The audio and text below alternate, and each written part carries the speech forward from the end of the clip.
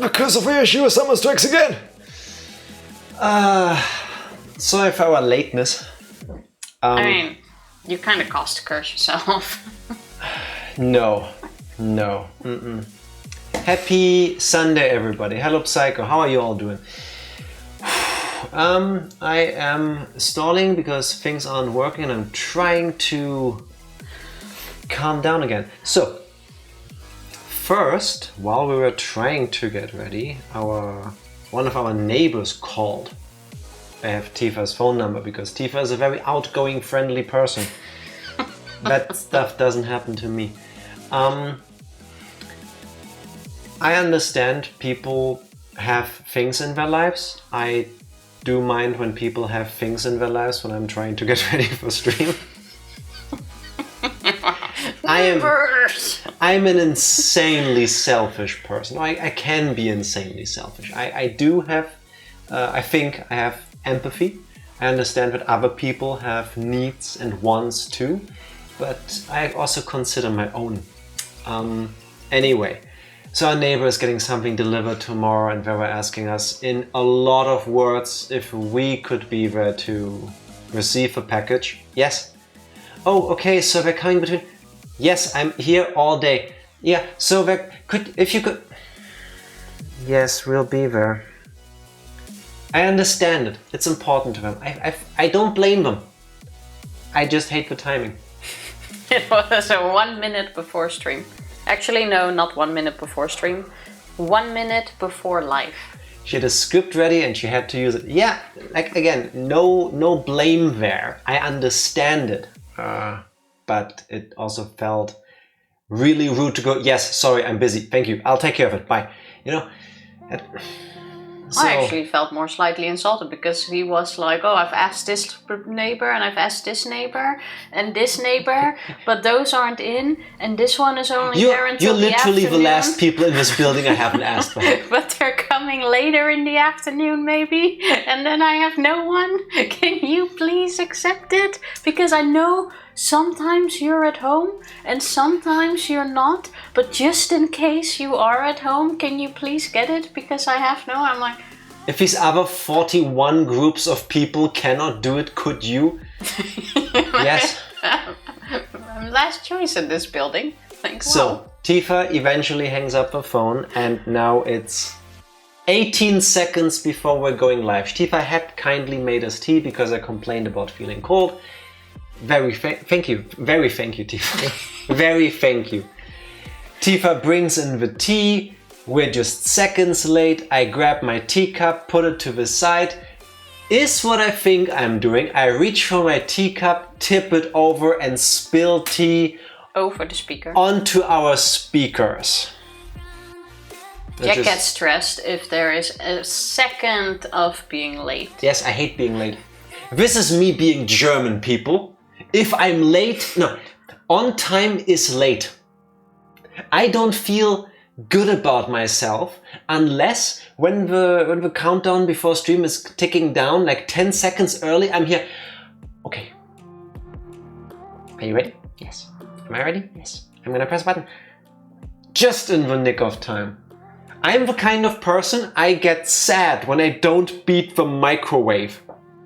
You know when you set the microwave to like 2 minutes and when you go ding, if I hear the ding, should work at Deutsch. If only I could improve their timeliness. If only I could. Cheers, this is the rest of my tea, which I didn't spill all over the electronics. Well, I did make it a bit too full, I guess. So you did this. But on the bright side, thank you for the reminder that next week is a short week because I almost forgot that Thursday is a day off. Indeed, in Germany it is technically no, it's not. Is it not? Germany is a weird country, right? And sometimes people want to have a day off because that's what you give to the peasants so that they don't riot too much. Technically, it's Christi Himmelfahrt. Christ Ascension Day? I don't know. I don't understand it because I thought Jesus died on Easter and then got resurrected Easter Monday. I don't know why we're celebrating Jesus Ascension Day in May, sometimes in June. I don't know. It is what it is. That's the name of a holiday. But then at some point in history, somebody decided, oh, let's make that Father's Day so that, the men get the day off. Versus Mother's Day, who also always happens to be on a Sunday when generally most of the people don't work. See, that's the that's not genius, that's sexism. Yeah, but for that we got International Women's Day, which is now a holiday at certain places. Yeah, only in one state. Only in one, not in the others. Yeah, in the other 50. But the day is there, it's the thought that counts. 1 out of 16 is not even a thought, it's a thoughtlet. It's a passing, sliver of thought. It's 1/16 of a thought. We have 16 states in Germany. Oh, and Jesus was allegedly around for 40 days, which explains that. Okay. Alright. And then he died again? I don't actually know the history, and even if I had learned it at some point, I would have forgotten about it again. It doesn't stick with me. But I absolutely have forgotten all of it. Anyway, it's Sexism Day. People call it Father's Day. Some people go the extra mile, call it Herrentag, Men's Day. It's Christi Himmelfahrt, Christ Ascension Day. That's why it's a holiday.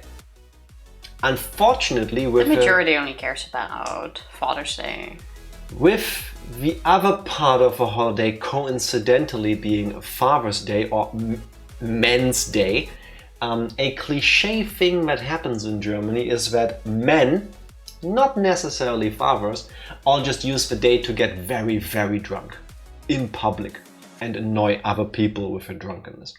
I always hated that holiday. That is not a thing in Germany though, because we've also experienced that in the UK when it was Father's Day when we were there. Okay, so that's an issue globally then. Great. That makes it worse, actually. Start to take a vacation for the Brückentag, but I don't care. Nice. Enjoy your super long weekend. It's still very nice. Well, 4 days. Kind of see it as 1 day for 4 days. Yeah, you take 1 day vacation when you get for 4 days. A Brückentag. Do you say Bridge Day in English? I have no clue, but it's basically if you have a holiday on Thursday, as it is next week in Germany, you can take the Brückentag, which would then be Friday that overlaps to the weekend.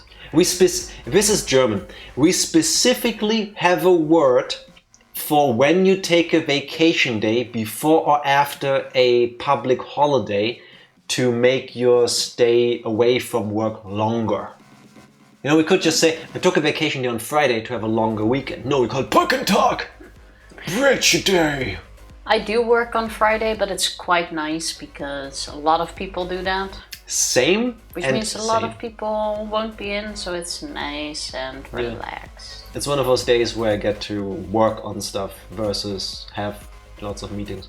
Because more people are, Unfortunately, I do have lots of meetings, which I planned in myself because everyone's calendar was awfully empty there. And I realize now that that's because of the... Did they still accept the invites, man? Most of them did. So a lot of people who were off on Friday because of a Brückentag still accepted your invite for Friday when they have a Brückentag.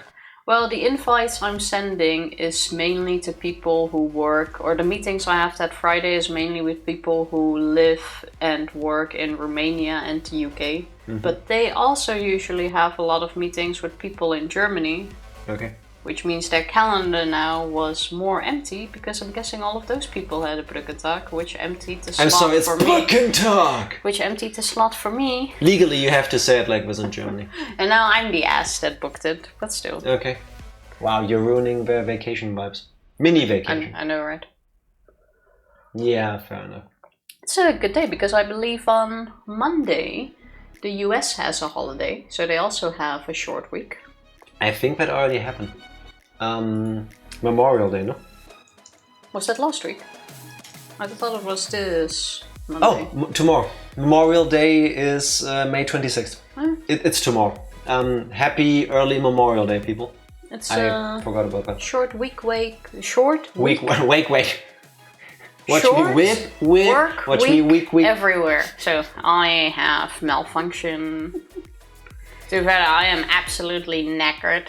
Made the mistake today to go to the gym this morning. No, we didn't make the mistake to go to the gym this morning. I feel like it was a mistake No. right now. No. Right now I regret it. Yesterday, we went on a trip all day.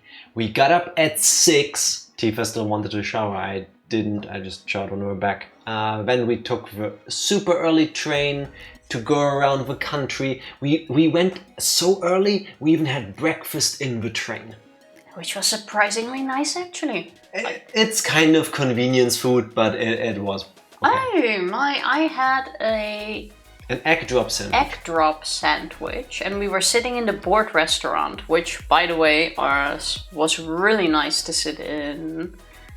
If you ever come to Germany and you take a train, sit in the restaurant car.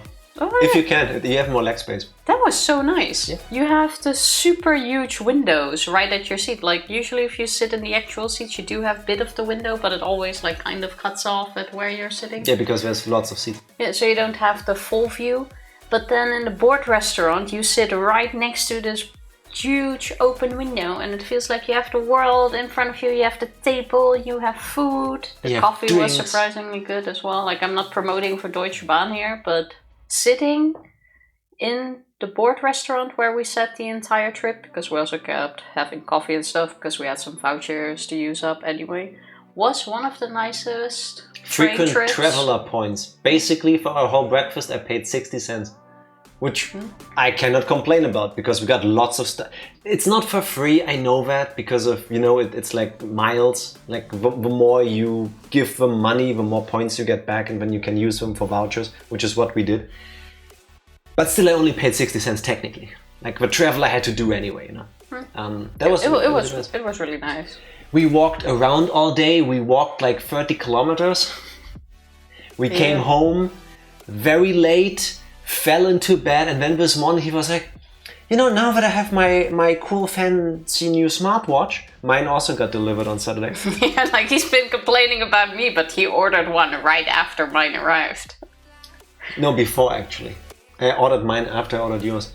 Like, well, now that we both have them, do you maybe want to go to the gym an extra day today, Jack, and just do some light cardio? So we did that after breakfast. We also watched the next Pokemon movie, the one with Hoopa. Hoopa and the Battle of the Ages.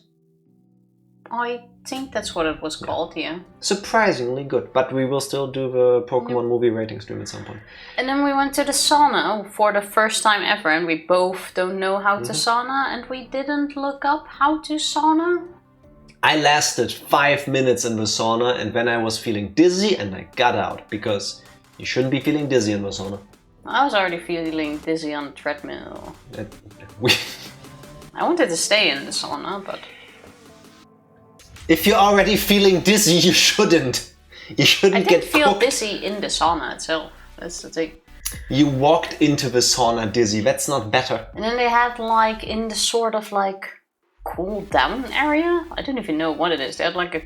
They had a seating area with magazines in one room. Then the adjacent room with an open door in between was like this cool down area with like a couple of sinks, 2 showers, and like these little seats. So I'm guessing you sit there before or after the shower to like, or before or after the sauna to wash up.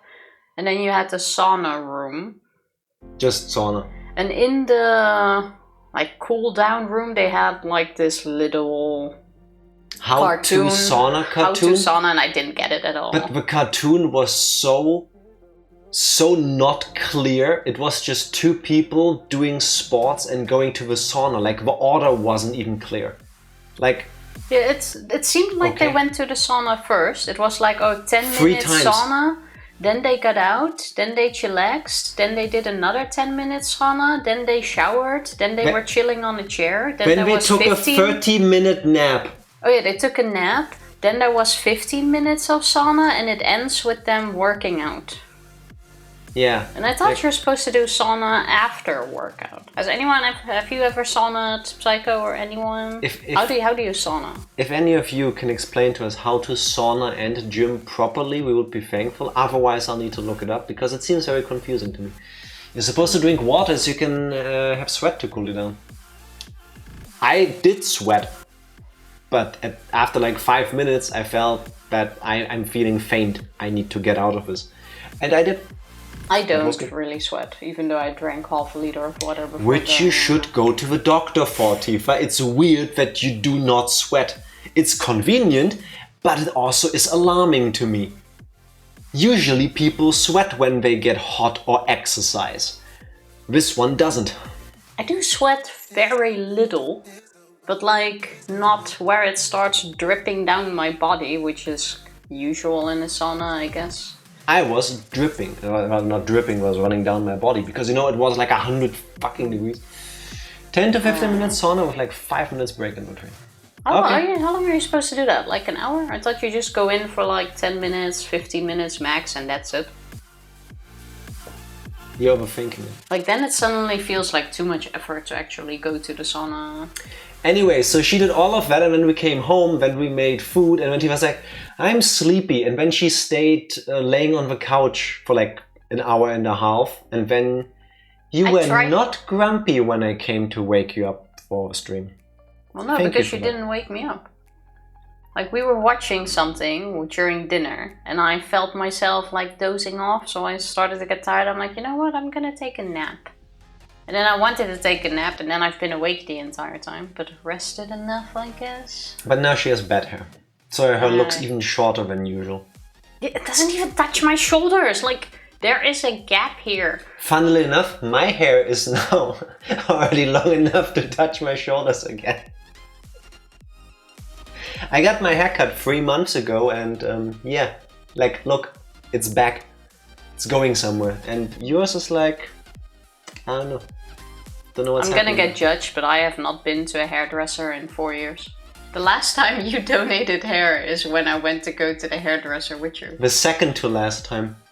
No. Last time you donated your hair, I also did it. No. As in cut last my hair. time was 3 months ago. You didn't get a haircut. Oh, second to last. I haven't been to the hairdresser since. Yeah, so you haven't been for 4 years, and your hair has not grown. Which you might have been able to see on stream sometimes. But my hair barely grows. This is 4 years, basically. No, an extra 4 years, because it was this long already. Oh, well. Trying to grow it out too, but it's still the awkward Dumb and Dumber face. Psycho, wait. Let's do it together. Do you want to just go for long hair, or are you growing it also to, like, donate?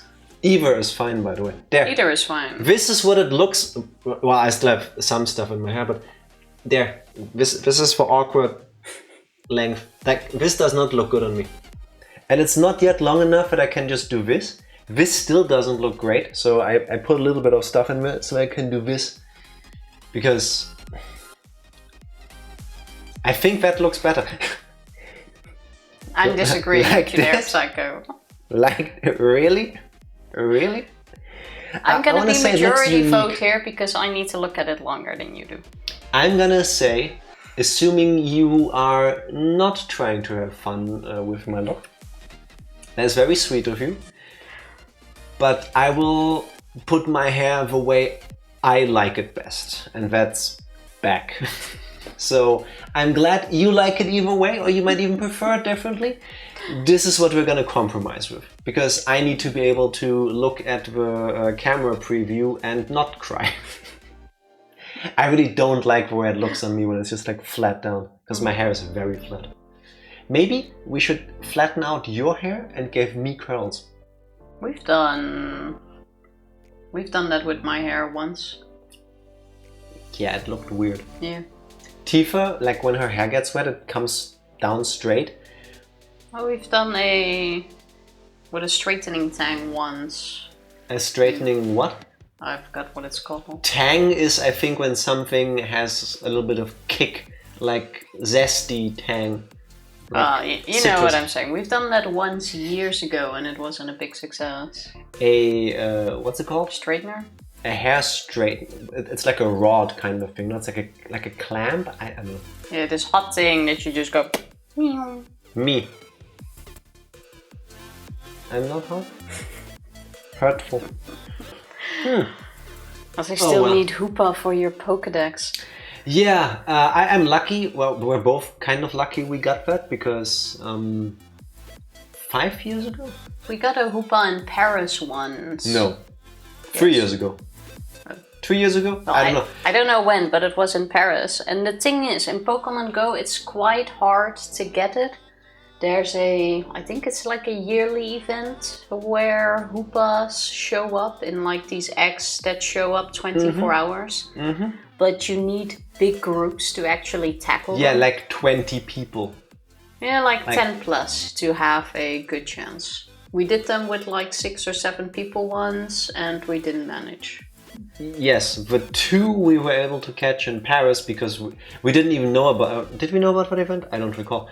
I don't remember. We happened to, like, while just exploring Paris, happened to be in a park where just randomly people showed up, and then we checked our phones because we just happened to be in the first spot where you could catch a Hoopa during the raid.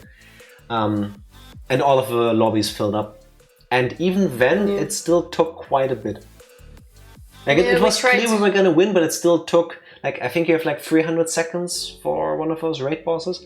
I think we were railing at it for like 260. We ended the fight with like 30 seconds left on the clock. It had tons of HP. So I wouldn't get your hopes up on getting one in Pokemon Go, to be honest. I pray I can get your Legends AZ like Darkrai and Shaman. Yes. That would be handy. So, Mami, how are you doing? Happy Sunday. How are you? Jack and T-Frag. Because the last time there was a Hoopa event, I wanted to catch another one.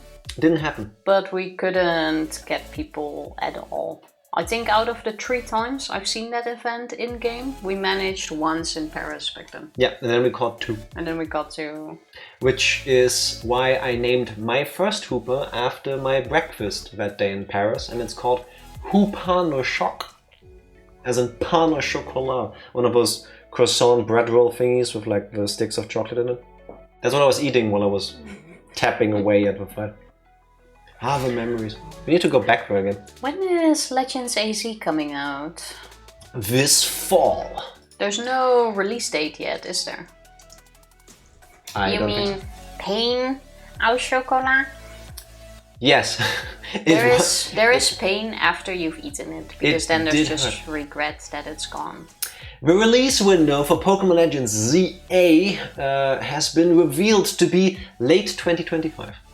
So somewhere in the next 7 months, I hope. I'm guessing fall then, probably. Usually I want to say the Pokemon games come out September, October, but they said late, so November. I have a theory. Isn't October late? That's like 2 months before the end. Yeah, but still. I have a theory that the game is technically done. Like, where they could release it right now, but they use every second they have to like optimize the game so that they don't have a Scarlet and Violet issue again where the game is running slowly. Plus, with companies still announcing Switch 2 games, they are going to place it somewhere in the release schedule so that they don't interfere with anything. Probably. That's what I would do. Late 2025 means that when 2025 is dead. Oh, 1st of January 2026. I get it. Happy New Year, Pokemon. You think Game Freak will actually put any thought behind performance? No, I do not think they will. But I don't think Game Freak has a say about the release date, does it? Isn't it still Nintendo that will decide when the game will be released once they're done? The Pokemon Company is in charge. Nintendo owns the Pokemon Company, but potato, yes. Yes. Well, getting the Switch 2 version anyway. Same. Yes, it should make it a bit easier. We're getting I just looked at the calendar. I thought we were gonna get the Switch 2 next week, and then I realized, wait, Thursday, which is the 5th of June, is a holiday then. No. So we're not getting it. No, the 29th is. But it's still 2 weeks. Well, 1.5 Excuse at this you, point. it's 12 days. It's less than 2 weeks. Yeah, I paused playing Xenoblade Chronicles 3 again, so that I can play it on the Switch too, to see if there will be a difference. And now it's another 2 weeks. 12 days. Don't lie to me. 1.5 weeks. That's not 1.5 either. It's 12 days. I don't know, 12 days seems like a drag to say, compared to 2 weeks or 1.5 weeks. So I'm just thinking. Shut up. Yeah. You know, this happens. Sometimes one of us has a train of thought. We want to finish it. I get it. But anyway, fuck you, Tifa.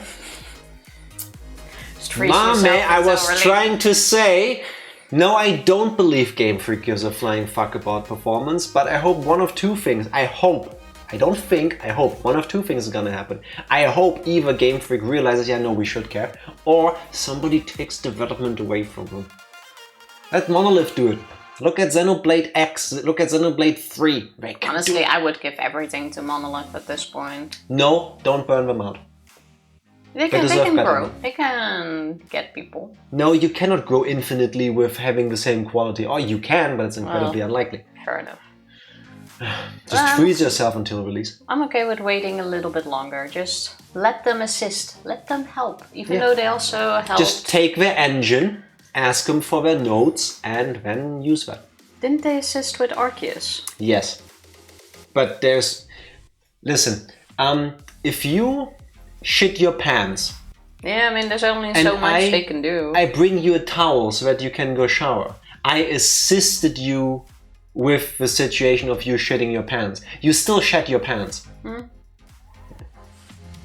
Well, regardless, that's what I'm doing. I do look forward to it. The fact that the Switch 2 versions of Scarlet and Violet get a free update makes me carefully optimistic. It should have gotten a performance enhancement patch years ago for the Switch, because you can do more than that. But it's something. It's something. I really hope the lag will get fixed. I started replaying Scarlet and Violet a couple months ago at this point. You had, and then you immediately stopped. Because I wanted to do some shiny hunting on there. And I got so annoyed with how slow the game was and Pokemon just spawning in you because popping up. Because they loaded too late, you're not seeing anything. And maybe my Switch is also too old. No, that has nothing to do with it. That's always been the case. But I don't feel like it was like that in my first playthrough, but maybe I was too excited to actually notice it that much. Correct. The issues have always been there, Tifa. We played through them 100% on stream. It's always been like this. But Scarlet and Violet do a lot of things right, and they're very different, and we were focused on that. Now that, you know, all of the shebang around it is gone, now you can focus on the game, and then you realize this ain't great. So I had dropped it with how annoyed I was getting, and I'm hoping the Switch 2 update will fix that. That'd be nice. Legends ZA are the same part of the studio that made Auras and Arceus, so there's high hopes. You had me with Auras, not with Arceus. I hated Arceus. Arceus performance-wise too. It's better, but it's not good. It runs much better than Scarlet and Violet. It runs better because it's tiny areas. No. You can love it all you want. I'm okay with that. It wasn't for me. I say, from a technical standpoint, I was severely disappointed. They cut it into areas and it's tiny. That's disgusting. That's like worse than Oblivion, which came out like 17 years ago, which had an open world. Dark Lord, how are you doing? Happy Sunday, Dark Lord. How are you doing? I get so annoyed to start shiny punting. Only Goomies will be punted. I don't even want like a full shiny dex in the game. My goal was to only fight battles with shinies. Like I'll have my starter at first, obviously, until I get my first shiny, and then only have a team of shinies starting from the one I find my first one. Do you hear what she does to herself? Wow. I thought that was kind of like a fun thing to try. No.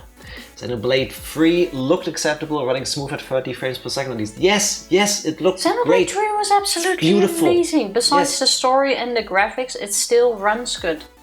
There is lag. Besides the story and the graphics? Yeah, the story and the graphics are absolutely amazing. Oh, but like that. Okay. there is small lag in certain areas, but Yeah. not even remotely as bad as it is in Pokemon, and nothing that stops your gameplay. Like in Pokemon, I have to stand still, wait for things to load, do a couple of steps, and worst case, stand still and wait again. Oh no, you're moving too fast. We spawned a Pokemon inside of you. Have a random battle. So Oh, annoying. also the Pokemon is tiny, so you couldn't even see it, even if it was already loaded before you got there. So with some of them, yeah. Yeah. Technically, yes, it was bad, but it was playable and a lot of fun, actually. That's the most important part. Just because I want to say nitpick, but it's not a nitpick because it's too big of an issue.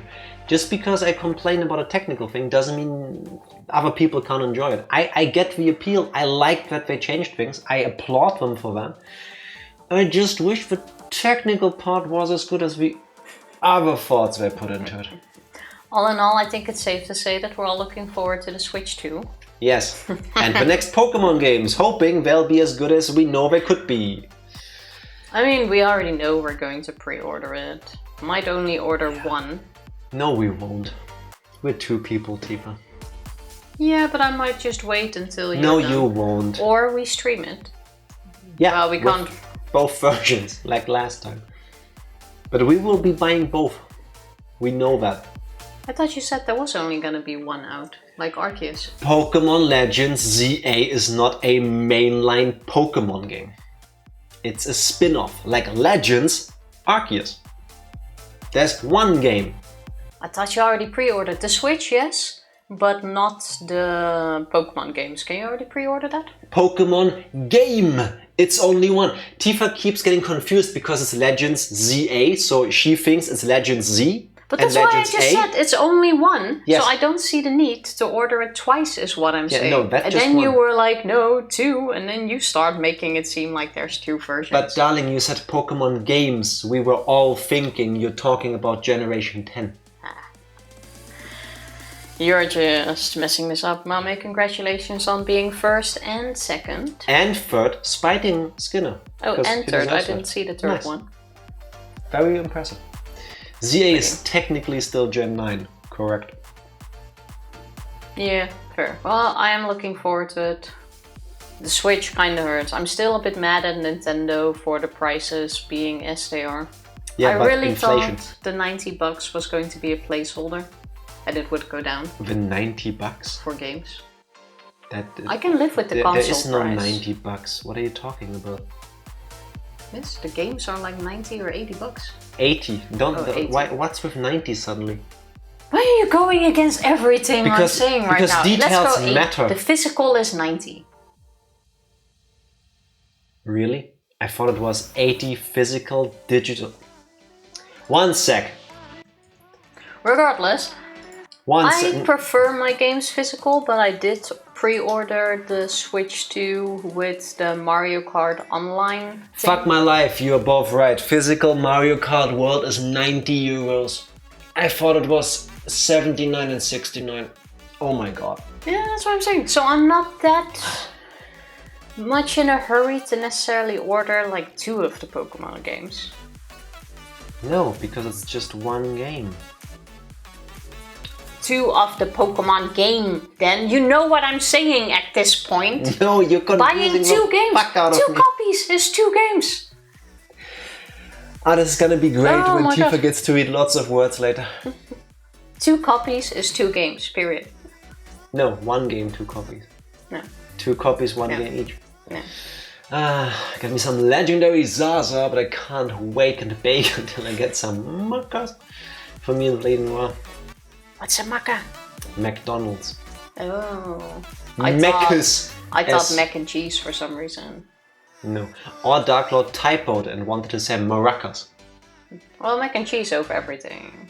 I hope you can hear the sound that I'm implying I'm making when I do this, because I don't know how to simulate the sound. Consumerism, yeah, we make the economy go brrr. Somebody needs to please the Nintendo shareholders. And it's gonna be me, apparently.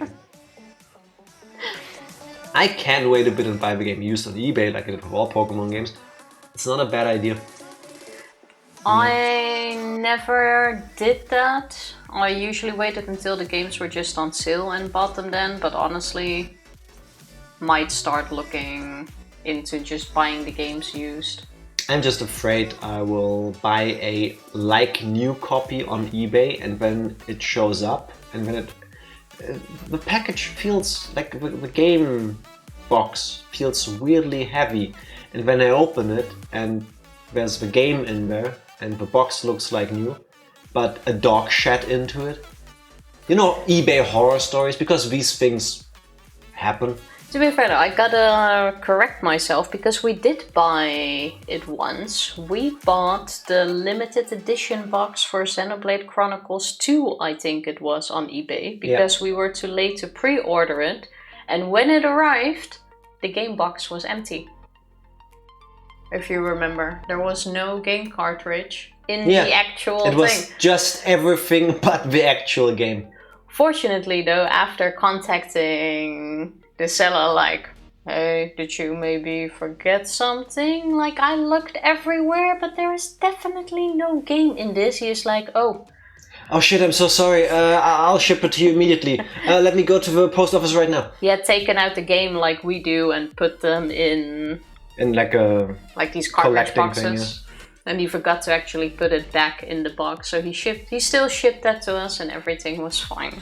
Yeah, but you know, some people are weird and they don't take care of their stuff, so I don't need dog poop in my games. Yeah, that comes both ways. I know that basically doesn't happen, but I will be the first one happens too, and I don't want to be. It's okay, I will buy them. That feeling when you buy a new Switch game and someone licked all the Switch chemicals. Why are people so weird? I remember the first time I saw an article, Switch cartridges taste horrible. Like, why would you know that? It makes you curious, doesn't it? No, it doesn't. Like, even if you already... Don't lick electronics, people! No, but seriously, there's a psychological thing to it as well. Even if you already imagined something might taste horrible, like, as long as it doesn't say that, you will think like, oh, that's probably nasty, and you don't think anything with it. And then Nintendo makes this whole thing about it, that, hey, they taste nasty, they're disgusting, to stop children from putting them in their mouth and all of that. And then you start wondering, but what does it taste like? They do it so children won't put them in their mouth. Understood? Agreed. That's a really good idea. Why would you do it when you're not a child? Yeah, because it's human nature at this point. It's like, don't press the button. You wouldn't, if it doesn't say that, you wouldn't even think of pressing the button. Like, it's just a button, you will walk past it, you will live, there's nothing wrong with it. Unless it says, do not touch, and suddenly you have this giant urge to touch it. It's the same thing with air dusters, so people wouldn't freeze their respiratory system. I understand if something smells weird, like if a Switch cartridge also had like a really chemical smell. I think I could understand the line of thinking better, because this smells really weird. You know, smell, taste, they're kind of related in a sense. But to go to a store and buy something for like 50, 60 bucks, now 90, and imagine, fast forward, 12 days from now, you receive your physical brand spanking new copy, 90 bucks, Mario Kart World, and you take this Switch 2 cartridge and you go... You still have to buy the game for Mario Kart, by the way. Why? You bought it. You wanted a physical copy. You can digitally share it. Beautiful, huh? I was too cheap, so I went with the online version, despite being a fan of the physical ones. But the red Switch 2 cartridges are red, the taste... It's raspberry! Or cherry... No, wait, raspberry sometimes is blue, right, for some reason? So it's gonna be cherry or strawberry. What? Blue is reserved for blueberry. Raspberry is never shown as blue. Blue is also banana a lot of times. Yeah, but not when you're only in ice cream. Banana is only blue in ice cream. But Brombeeren! Blackberries. I want blackberries right now. Yeah, otherwise it's not blue. I don't know, man. With like those gummy bears you can buy in Germany, isn't green Strawberry? No, radish. Isn't it? Blue bananas? Yeah. It's Smurf and ice. Smurf ice cream. Or is that only a thing in the Netherlands? No, Germany also has Smurf ice. We have Schlumpf ice. Smurf, and sometimes they call it Delfino over here. When they don't want to deal with a whole like Smurf copyright thing. Delfino. It's banana. The Smurf ice cream is banana. It's the artificial banana flavor. It's the same in the Netherlands. If you ever see like pure blue ice cream and it has like this Smurf figure with it, or it's just blue. It's banana. It's banana. Yeah. Blue is banana. It's a weird trend in America to make a blue raspberry. I never heard of a blue banana. No, banana is yellow, you know, like it usually is. Like brown spots when it gets a bit riper. Green before that. I know what a banana looks like is what I'm trying to convey here. I'm not sure where Smurf ice cream even comes from. Smurf land. I don't know. Because kids like Smurfs, or used to, because they were culturally relevant at some point, and people like ice cream. So if you can make a Mario flavor ice cream, kids are gonna buy that too. Yeah, but it's like, is it just because the Smurfs were so popular that they decided to... Yes. Yes, Tifa.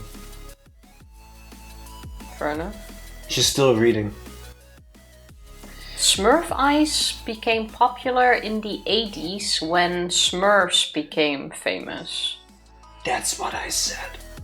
But thank you for fact-checking me. But now we know. That's true. It's from Belgium, made with real schtroumpfs. It says here though that not in every ice salon Smurf ice cream is banana. It could be something else at places. Like what? It says it's a surprise. What? That's unfair. All my Smurf ice cream should taste the same. I've never seen Smurf ice that is not banana, at least.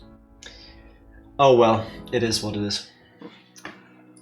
Don't eat your Smurfs, people. Stick to the ice cream. And it's banana flavor usually. You know what is also making me blue and taste like banana? Tifa's recaps.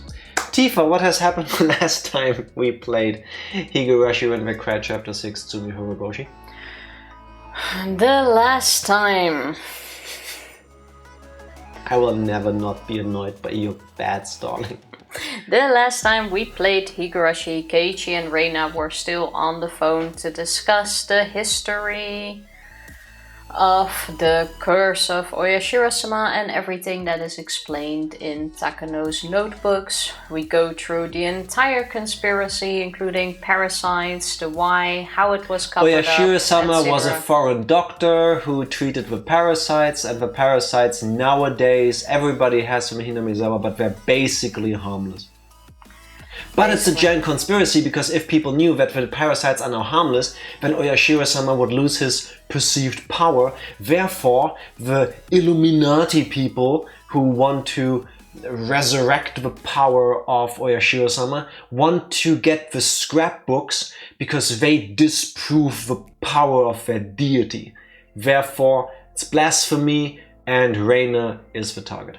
Reina / Takano believe that there will be a event or ceremony soon to revive Oyashiro-sama to its old glory, and that is why they're currently chasing her and its secrets and want to get the notebooks and all of that. So Reina wants Keiichi to be safe about this, absolutely not tell anyone, keep this between them. Do not tell anybody, Keiichi. To which Keiichi goes, yes, of course I'm not going to tell anybody. Also not the police, and especially not Yugi, of course. Welcome in. How are Yugi you is doing? fine. Yugi can know all about the secrets. Hello Yugi, happy Sunday, how you doing? So what does Keiichi do the next day? We run straight to Mion. Not even 12 hours later, the first thought that crosses Keiichi's mind, I need to talk to Mion about this. And Mion basically laughs at him in his face. He also doesn't really tell the whole story. He goes into weird questions like, hey, are there fanatics in Higurashi that want to revive Hinamizawa, sorry. That want to revive Oyashiro-sama? And she's like, huh, no, haha, what you talking about? are you sure there are not people like this in this city? And have you heard of parasites? And have you heard of this? Oh, have you talked to Takano-san? Because she's been making up shitty stories for so long, everybody makes fun of her. What was it this time? Parasites? Last time I heard it was aliens.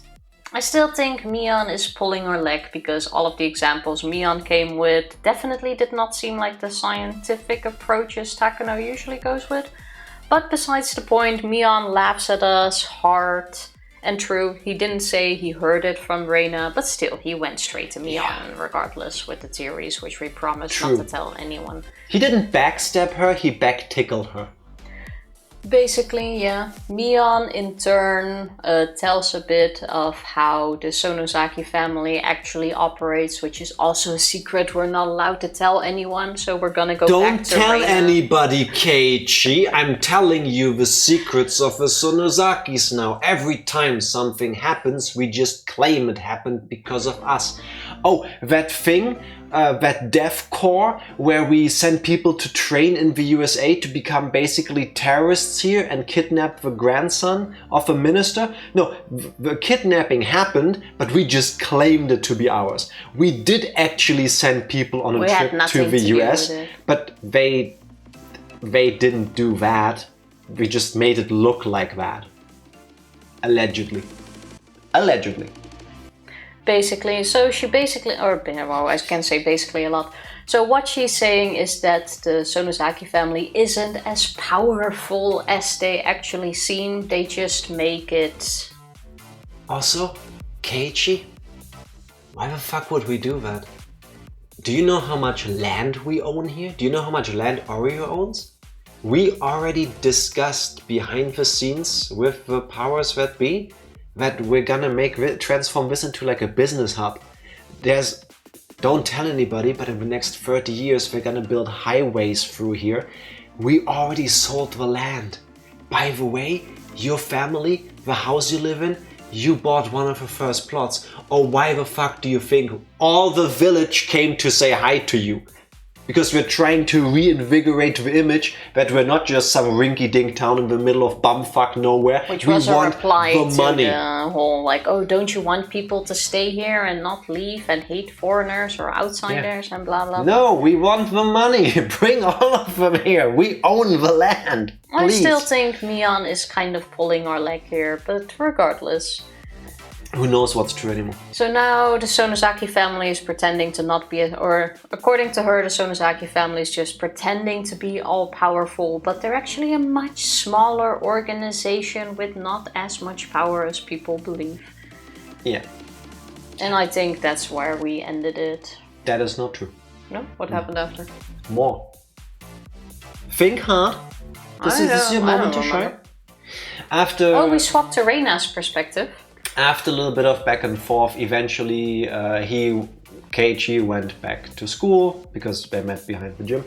Went back into the school building. Important, because Keiichi now feels stupid for believing everything Reina says, and he feels like he should make it clear to Reina that this is all fantasy. They got caught up with the moment and it has absolutely nothing to do with them. And then we swap to... And then we don't swap for shit, Tifa. Keiichi goes back into the school building where he bumps into the people he saw the other day in that white van. And he's like, what's happening? When he sees one of them talk to Chie-sensei, and it turns out they're from, Okonogi Gardeners? That's a gardening company. They're gardeners. They have been hired by the school to clean up the stuff that grew here because it hasn't been done in a while. So they give an invoice to Chie, there's a bit of details on there, which is kind of weird, but whatever. And then they go to business. Keiichi goes away and perspective swap to Reina. Reina had been to school, but now faked being ill when she saw the gardeners because, oh my god, they're here to assassinate me. She's like sneaking around trying to eavesdrop the conversation they have with Chie. She only understands like every second word. She's filling in the blanks, completely paranoid. Oh, they're here to kill me. Chie has given them carte blanche to do whatever. They're gonna kill me here. They're gonna attack me on school grounds. The director of the school is in on it too. They're just waiting to strike. Very long story, very short, and she runs off. Yeah, basically. Yeah. So she now believes everyone is in on it. She cannot trust anyone. Yeah. Because she has the scrapbooks. And she has told Keiichi that she has the scrapbooks and that she stored them at the junkyard. So somehow they must know. The one thing that is a bit weird about the gardeners is they apparently recently moved offices. So they have 2 different phone numbers on the documents they gave to the school director, which is weird. The envelope had the old number, the invoice had the correct number. Which is what I just said. It's not on the documents, that's important.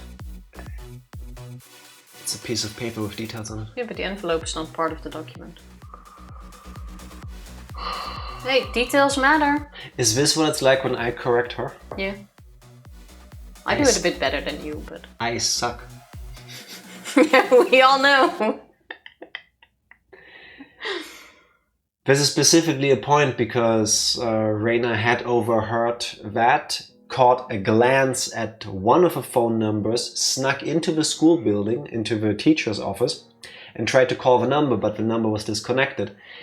What's also weird is that the invoice doesn't have a date on it. She doesn't know that though. True, but they discussed this later. Either these people are really bad at writing their documents, which could be. I've seen places that operate like this. Or it's really a front for something. Well, Chie explained it in-game as that the quote, the invoice was created, and when they actually do the thing, cannot have the same date. For whatever reason. Which is why they left it empty. I mean, I don't get why they didn't just put in 2 different dates then, but... Just backdated. It does seem a bit odd. If we're already fudging the numbers on the invoice, just backdated. It does seem a bit weird so far, but... It's probably going to be an important detail at some point. But right now I don't see the why, except for the fact that they're suspicious. Possibly. One more thing. Not part of a recap, but part of my mental well-being about this game. But that's illegal. I think so is leaving it blank. But hey, I'm not the IRS of Japan. Not my mental well-being, but my understanding of the story. Misspoke there. Remember how we were discussing for a while now what is true in Higurashi? Is it the facts that are the same between chapters, or is it the things that are different? Mm-hmm. Here and in chapter 6, chapter 5, both times Mion explains that the Sonozaki group doesn't actually do all of the stuff that they get pinned to them. They take credit for it. They just take credit for it. So that happened in more than one chapter now. So if we go with the idea that if something remains the same between the different chapters, that seems to be the truth. Yeah, even though I do think when it came to the kidnapping of the minister's son, they had a bit more than... Or they did do a bit more than just claiming it, but... Possibly. Possibly. Tifa, are you ready to Higurashi Mercies? I am ready. I'm not, I just forgot something. There we go. Hey, load screen. Chapter 10. Oh, we also read the latest tip, which was the most amount of times a person has ever used the word delusion or variations of it in a single piece of fiction. I have no clue what they all said. That all went...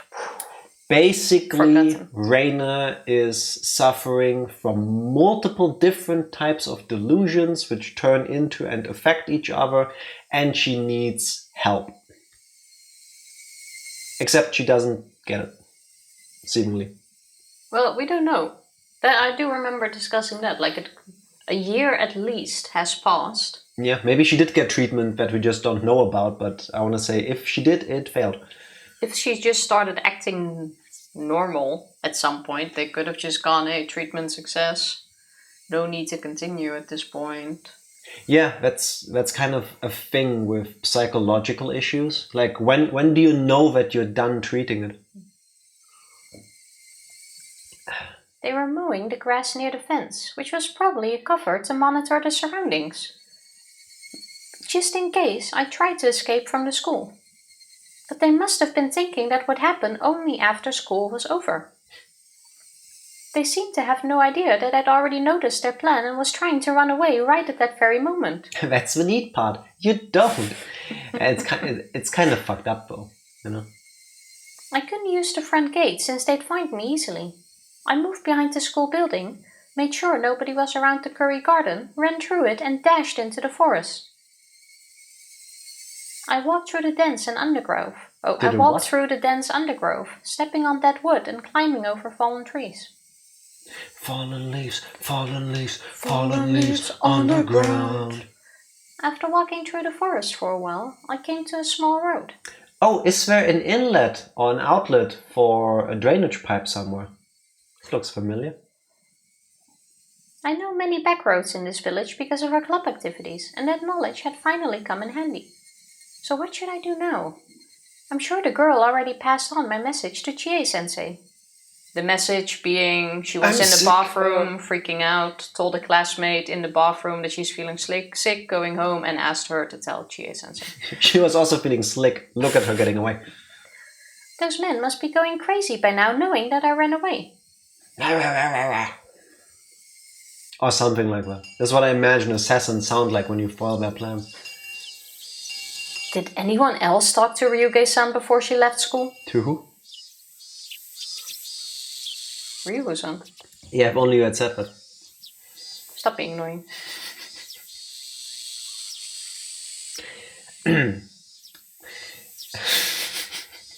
It was very weird. Everybody in the class looked at each other and shook their heads. Chie-sensei looked a bit upset that Reina left school early without telling her in person. Reina-san has been feeling sick these days. Meek. She left her bag here. What happened to her? I have a bad feeling about this. What? I think I know what's going on.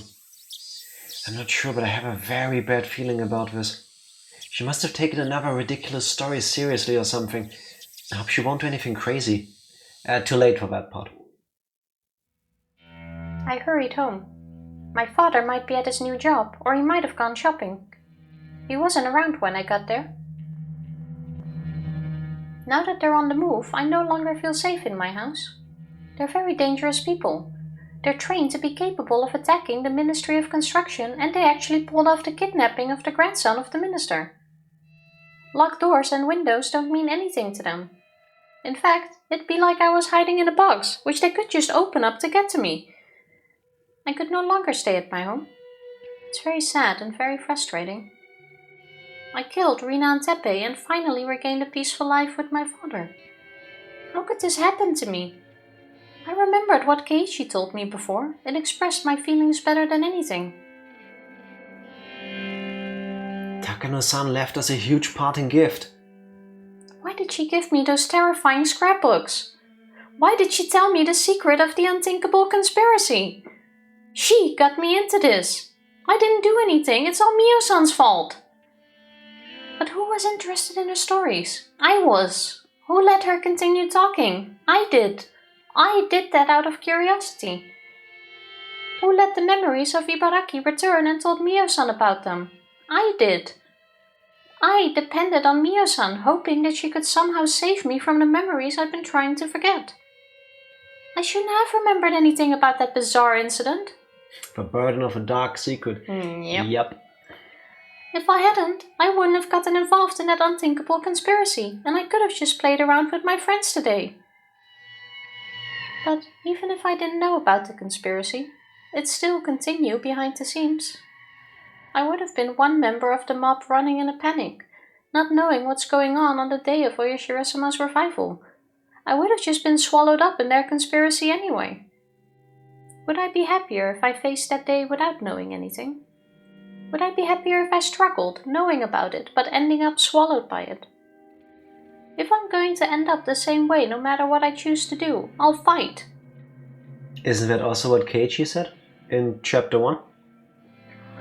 Don't remember if he said that. Yeah, I think it was something like this when he was getting paranoid about, oh, they're coming after me. So I will fight. I will not run. Don't remember. I'll choose to fight. Because that's how I seized my happiness before. When Rina invaded my home, seducing my father, I felt like it was the end of the world. I lived on the verge of despair every day. I thought that was the worst misfortune that could befall anyone. But the way things are going, it wasn't really that bad at all. All I had to do was kill 2 people.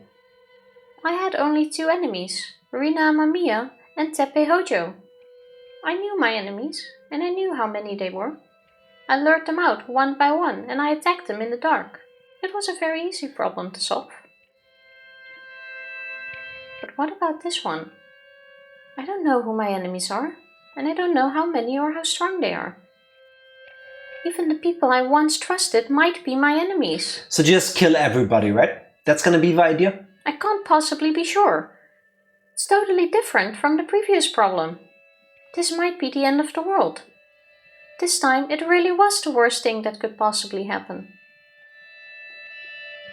But is that really the case? With Rina, I felt like it was the end of the world, but I no longer think it was that bad. So this might turn out to be an easy problem to solve in the end. And I might be able to laugh about it someday. Remember when I killed 1,300 people, the entirety of Hinamizawa, because I thought they betrayed me. Ah, fun times. I hate it when that happens to me. Yeah, it's so much work, you know? I know that day will come. I know it for sure. So I shouldn't think that this is the end of the world. Let's fight. I can fight. I can still struggle. I'd eat grass and drink mud if I needed to. I don't think that's good for you, by the way. I'm going to bet on the 1% chance, even though it's unbelievably small. If Mio-san didn't leave me the scrapbooks, I wouldn't even have been able to sit at the table to bet. I was lucky that I received the scrapbooks because they gave me the chance to choose my future. Yeah, and you're choosing very poorly. If I don't fight, they'll spread the terrible parasite and this village will face a great disaster. How do they spread the parasite if it's harmless? According to the legend, when the demons first came out of the swamp, people became demons right after being infected. And it happened while they were inside the village. These days, symptoms appear only when infected people leave the village, but that only applies to the later, weak parasite. The original parasite can reenact the curse of oyashiro-sama even when the infected are in the village. The legend of oyashiro-sama will be reborn. Humans and demons will start killing each other and oyashiro-sama will come down to pacify the disaster. How does the strong parasite suddenly show up when it's only the weaker form that remains? It's always been there. Tomitake clearly had the dangerous version. If we're going with that injection they hit you with gives you that, then yes. But you cannot tell me, oh, the parasite is now effectively harmless, and at the same time, oh, the parasite is super bad and strong. Like both things can, like two absolutes cannot be true if they oppose each other at the same time. Well, Tomitake having the parasite definitely does not make sense because Tomitake isn't even from here and lives in Tokyo, which means every time, if he already had it or contracted it, every time he would have left Tokyo, he would have gone insane. So that is why I think he got injected by the drug, which is the parasite or triggers it or gives you the symptoms of it, and that's what killed him. She seems they have perfected the parasite. True, that was brought up as Yeah, that is what they're trying to do. It took them 5 years, but they perfected it. Yeah, that is the revival of oyashiro-sama. You know, they did all of their research on the parasite. Yeah. In the lab of Irie-sama. Has to be. It's the only one with a means to do it. Yeah. That's what they want. They want people to prostrate themselves before that miracle, and only the people who truly worship Oyashiro-sama will be saved. It's okay, we're bringing it back. Suddenly, Justin Timberlake comes in. We're bringing parasites back. I see. I know their true intention now. They're going to reenact the legend of Oyashiro-sama. After all, the villagers always say that Rika-chan is his reincarnation. The stage is all set. They're going to use the parasite as the curse. So, how are they going to make it look like Oyashiro-sama came down to pacify everyone? I get it! Oh, here we go. They must have some kind of medicine, a specific cure for the parasite. When they recreated the stronger form of the parasite, they found a cure at the same time. They're going to use this cure to save only those people who believe in Oyashiro-sama, and as a result, this village will only have those fervent believers. They're going to make themselves the absolute rulers of Hinamizawa. A village of 1,300 people. Well, yeah, but you want the non-believers out. Even if you only root out 10.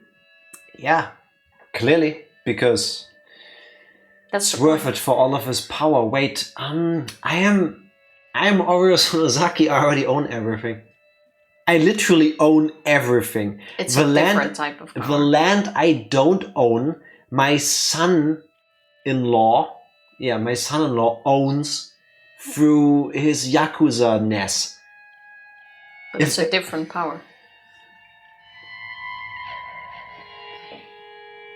I think when we go into what is happening, we must ask ourselves the most important question.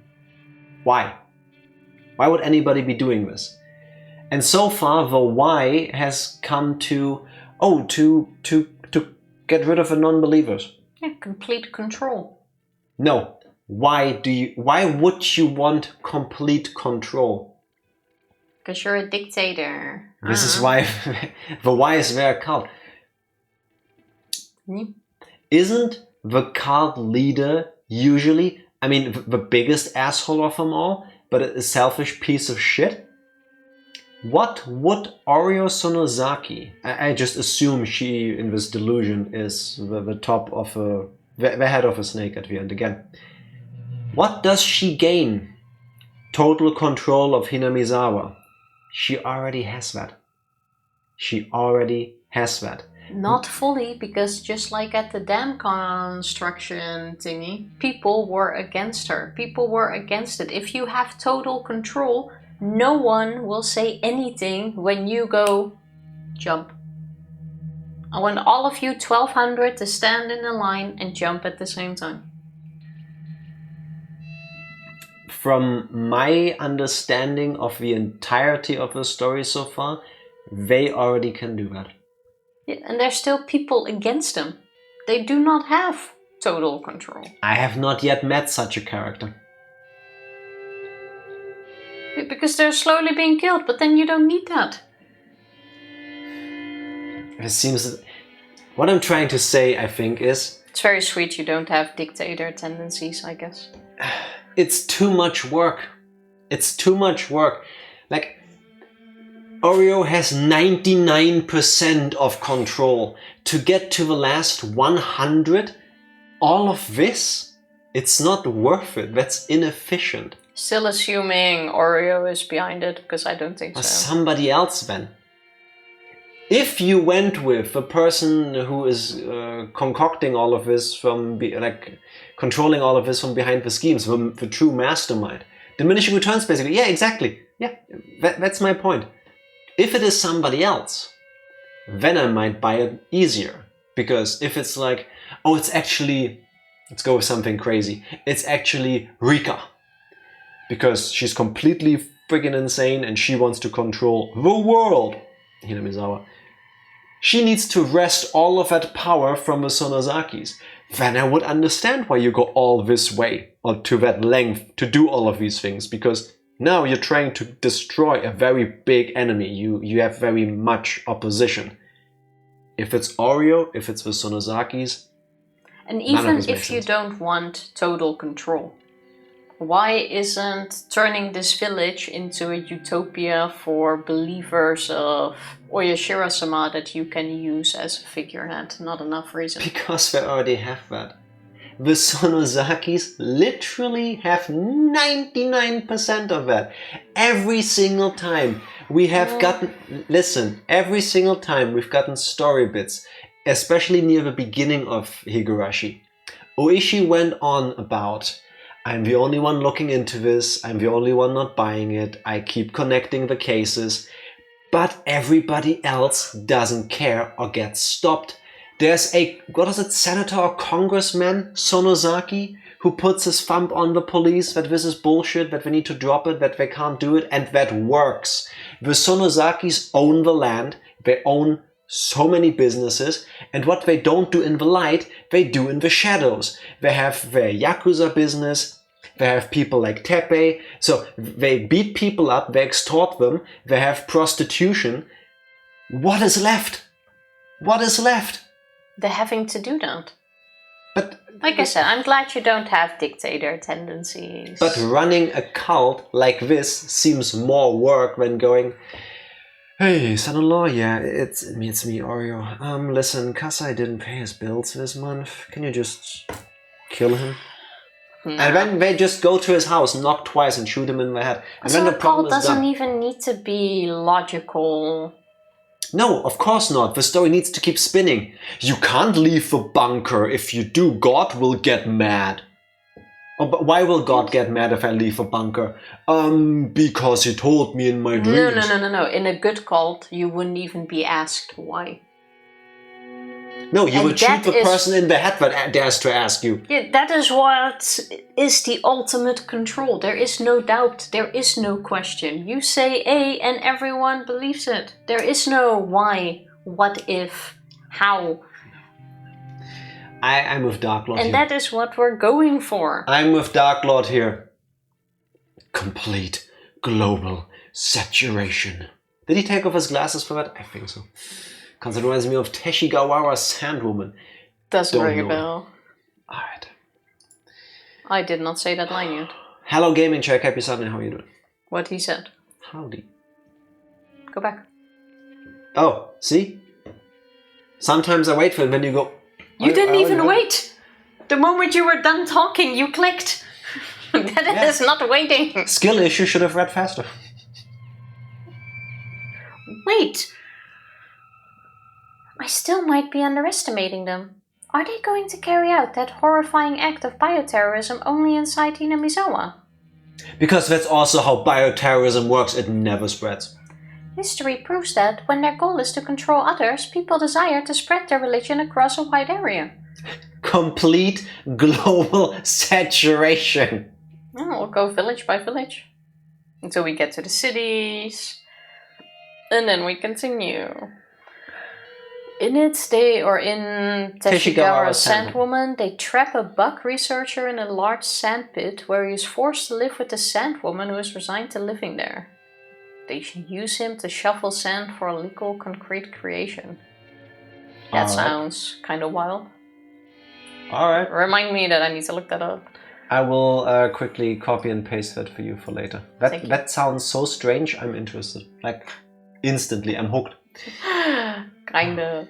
1 week of work and 4 weeks of school left. Hey, Nice. summer break is soon. Can't wait for it to start already. How are you all? Pretty Slightly good. beat, but great. Yeah, I was gonna say slightly beat. Slightly great. less beat now that I'm busy arguing with Tifa about cults and all that. Yeah, but you just don't understand them. I'm sorry, I'm such a great, well-balanced person. I don't know.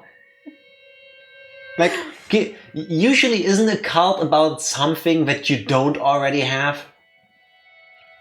That's Like- also something you just want to achieve.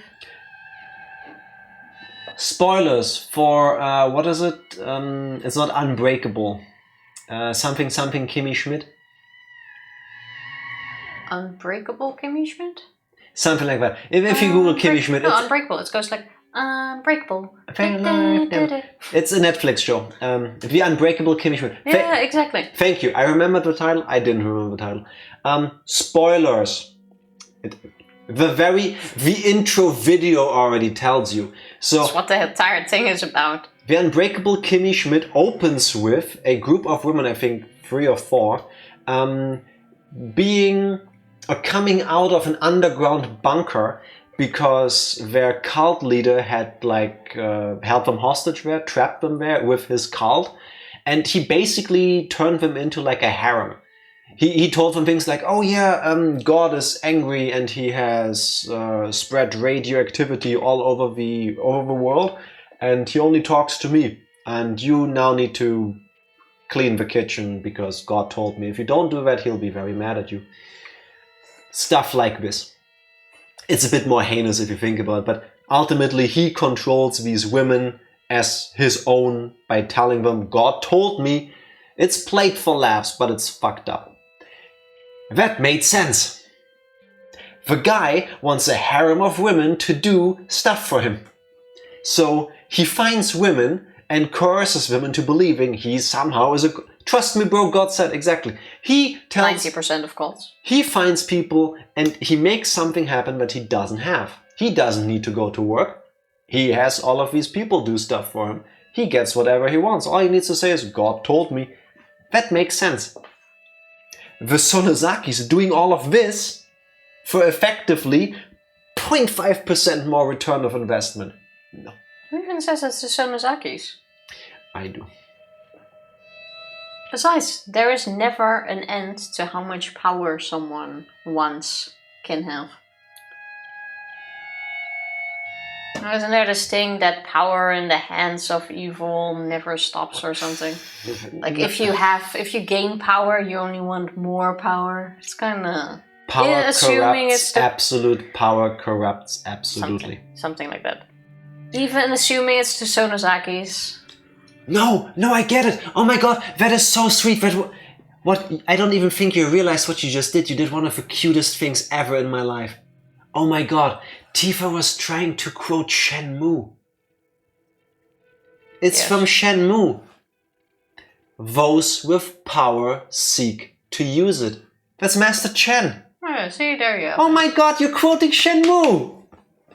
Yes. Totally came from Shenmue. Finally. Shenmue 3 when? I was thinking of doing Shenmue 3 after this before I forget the story, actually. Don't worry about that. I'll help you with it. Mother. Father's heaven. The thing is, I don't even need to put the spoiler tag, because if you don't know what we're talking about, you will still not know what we're talking about. Also, a cult doesn't necessarily need to make sense. Yes. I think you're forgetting that. The point of a cult makes sense. It always makes sense. Somebody wants something they can't obtain otherwise. That's the modus operandi of a cult. That's what we do. I already forgot, to be honest. I already pushed it out of my mind. Psycho, no worries. I'll give you a recap when we start Shenmue 3. I still see the ending scene in the cave in front of me with the sword and things flying. Yes. I mean, if a cult is run by delusional people, she fits right in, and Tifa should read her line. Yeah, you could start a cult with your power of gaslighting. I am already done. I already got you. What do you think this is? Cult of the X. Nobody tell her that Tifa has moved to the Republic of Jack. I just pretend the outside is Germany, you know? I run this live for everybody. Rebrand tomorrow. Tifa, all of the people watching, commenting, those are paid actors. Like, I do this so you think all of this is normal. All of your colleagues, why do you think you have home office days? Like, work from home. That's also me. Can you add an extra day in the week? No, it's too much work. I'm sure that they conducted research not only to bring back the primitive form of the parasite, but also to overcome its weakness, namely that it only thrives in Hinamizawa. According to Mio-san's research, the parasite doesn't like its host to be far from the region. Its weakness is distance. Like gravity. How dare you claim my shit poster thing? I'm I'm learning from the Sonozakis. When other people do great things, that was because of me. I told Psycho to post that at 20:28 local time, our time. Now I know how artists feel. As you should. If they could extend the distance, if they could extend the area where it can live, Wi-Fi extenders. I wonder how far along their research is. By now, the parasite might be able to live not only in Hinamizawa, but in Okonomiya as well. Mm-hmm. Or maybe even in the city. Maybe the whole prefecture. It might be able to cover nearby prefectures as well. Global saturation. This is too serious to just call it a conspiracy. It's horrifying enough and its scale large enough to call it a revolution. The day of revival is probably not far off. I can tell by how they killed Mio-san and the extent of their pressure they're putting on me. They're trying to get rid of the small fish bones stuck in their throat by any means because the day is coming ever closer. I'm the only one who can stand up against their revolution. I can't trust anybody. I think I can trust Keiichi-kun. Yeah, about that. No. No, not really. No. But no one else. Mi-chan is out of the question. I can't trust Rika-chan either. Satoko-chan and Rika-chan stick together like superglue, so I can't trust Satoko-chan either. I can't trust any adults. I can't trust anybody. No one is on my side. I have to stand up against them alone. The clock is ticking towards that day, and the ticking noise made me frustrated. How should I fight against them? With a hatchet. What should I do? Smash their heads in with a hatchet. I needed time to think. I needed a place, a safe area where I could concentrate on thinking. I have just the thing to sell you. A garbage dump. Oh yeah, but everyone knows that place. No, nobody does. Your friends all do. Nope. Good thing there's a hatchet nearby. Fortunately, I had such an area already. My hideout at the garbage dump. Actually, the car people don't know about, I think. Yeah, they Even do. her friends don't. They do. I'm pretty sure that's the car she was standing on when she did her curtsy and told the story. Yeah, but the image you can't rely on. She might have been actually standing on a washing machine. I hate it when you use my logic against me. Nobody ever goes there, so it's safe. Even if they find out about that place, I'm familiar with its surroundings. I know escape routes and places where I can hide. But it has a big shortcoming as a hiding place. It's not hard to imagine what that is. I don't have any stock of food there. That's why I came home. Raid the pantry. I opened one of my father's drawers and took out his cash box. The contents haven't changed since the last time I looked inside. There were many new 10,000 yen bills in the cash box. You know what she should buy in copious amounts, Tifa? Instant ramen. Pork bone and ginger flavor. Well, instant ramen you can... I haven't forgotten. Eat it raw. Nah, you shouldn't, though. I mean, you can. You can eat many things raw, but... I took them all. I couldn't tell how many bills there actually were, but it looked to be about 80 of them. They should be plenty. Maybe she should make some ohagi. The what now? If I evaded them long enough to use all of this money, that would mean that I did pretty well. Plus, I might use it to buy someone off. You can never have too much money, especially in a situation like this. I didn't take the bank book. If they were waiting in an ambush at the bank, I'd be done for. It's too risky to withdraw money at the bank. I grabbed my backpack, and I took the key for my bicycle. I put everything I think would be convenient to have into the backpack. I didn't care if it got heavy. I chose what was necessary to carry around later at my hideout. If there ended up being something I didn't need, I could leave it there. Then she puts it full of like cans of food and it gets so heavy she starts cycling to the garbage dump. A gust of wind hits her and because of her heavy backpack she falls over. Plan foiled by wind and gravity. I don't know why that image was so funny to you, or why you even thought of it. Because sure. I like the idea of her being so in her head, in her emotions, all of this, like this feeling of being hunted, that she goes, oh, I'll just take whatever I can, I don't care how heavy it is. And when she's lugging this huge backpack behind her, gets on the bike, falls over, breaks her leg. Maybe it's because I'm Dutch, but it seems so unlikely I can't even laugh about it. This is where I draw the line, people, at bicycle humor. This is not fun. Sorry. Ohagi from episode 1. I do not remember that. Dark Lord, that happened over a year ago, I do not recall. I remember there being food, I remember the pork bone and ginger flavor, I don't recall the rest.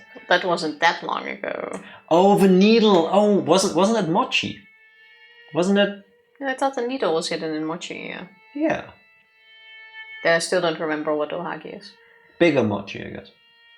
I looked at the clock. What clock? Ohagi is a kind of mochi. See, now we're speaking the same language. Oh. Was that episode? Oh, damn, that's a long time ago. It had been 30 minutes since I came home. I stayed here too long. I rushed out of the house.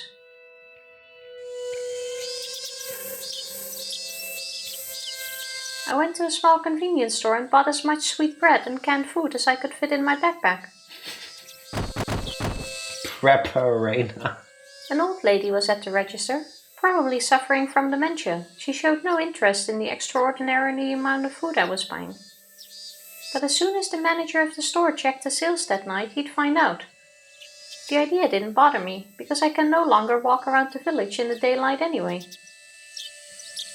My backpack was full, and the cans hurt my back as I walked. That didn't bother me either. I got to my hideout still carrying the heavy backpack. And then, because of how heavy the backpack was, she pulled like a muscle in her shoulders. And then later on, when she is actually being attacked, because all of this turns out to be real and not delusions, she's swinging the hatchet, but she can't because her shoulder hurts. And then she dies. Why are you so focused on her getting hurt during this? No, it's realistic. I would fall. No, it's not. I would freak out and fall.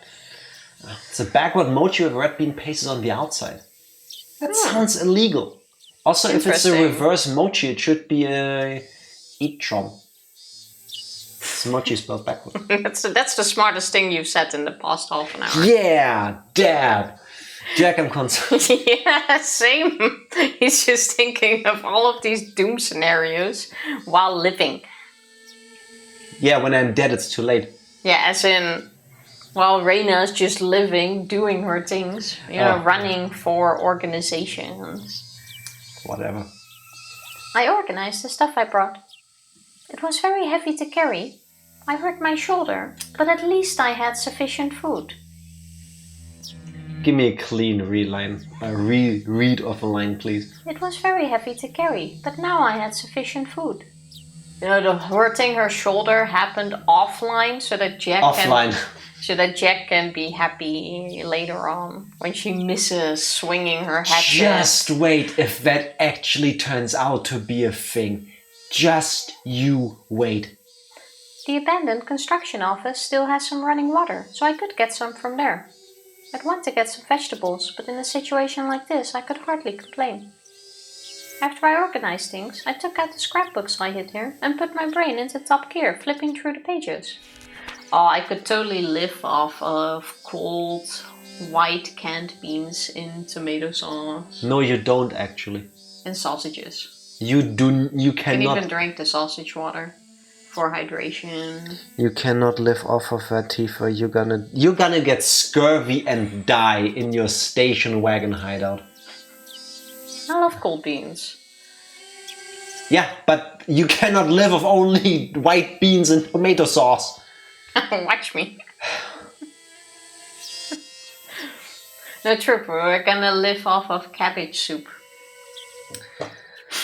Tifa has got it into her head that she wants to now seriously start losing weight, and the only way she could is to keep eating cabbage soup. I've been arguing about that all day with her yesterday. Jack doesn't want to eat cabbage soup, so now I've decided we should have copious amounts of cabbage soup. I could live on pig brine. Wait, what's Pickle that? brine. Pickle brine. Wait, what's that? The pickle liquid. Pickle juice. Oh. Pickle water. Honestly, I would drink sausage water over pickle water. And I'm not sure if that will be the popular or the unpopular opinion. What would you sooner drink? If you weren't a vegetarian. Let's say they're vegetarian sausages. But the taste would be the same. Hello Skinner, happy Sunday. How are you doing, my friend? I wouldn't want either. Those sound horrible. No, it's a matter of survival, Dark Lord. Would you prefer to survive on sausage water or pickle water? And you also got to keep in mind that means for food you would either eat the sausages or pickles. So I think sausage water is the best choice.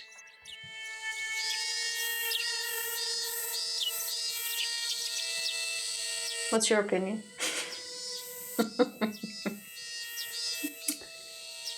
Less happier than I was when I first opened stream about half an hour. What's your choice, Skinner?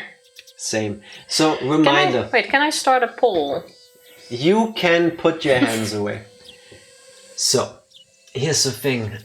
If you're wondering, why does Tifa look like she just got gifted a puppy and a kitten? I said it before, but this seems like it's now a safe moment to remind everybody. I don't know why, but the idea of sausage water actually makes my stomach turn. So when Tifa brought it up first, I didn't react to it, I didn't comment on it, because I just let it pass. Now the moment is lingering.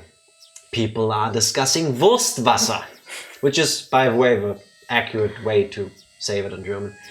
And my stomach feels like I'm about to puke onto the keyboard in front of me.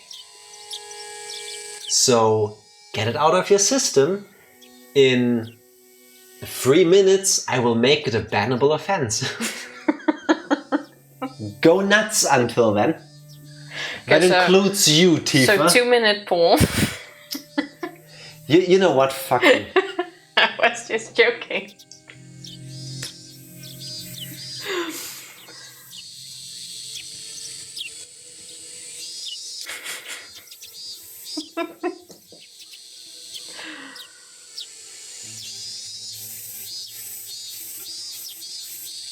Does it hurt to write that? Yes.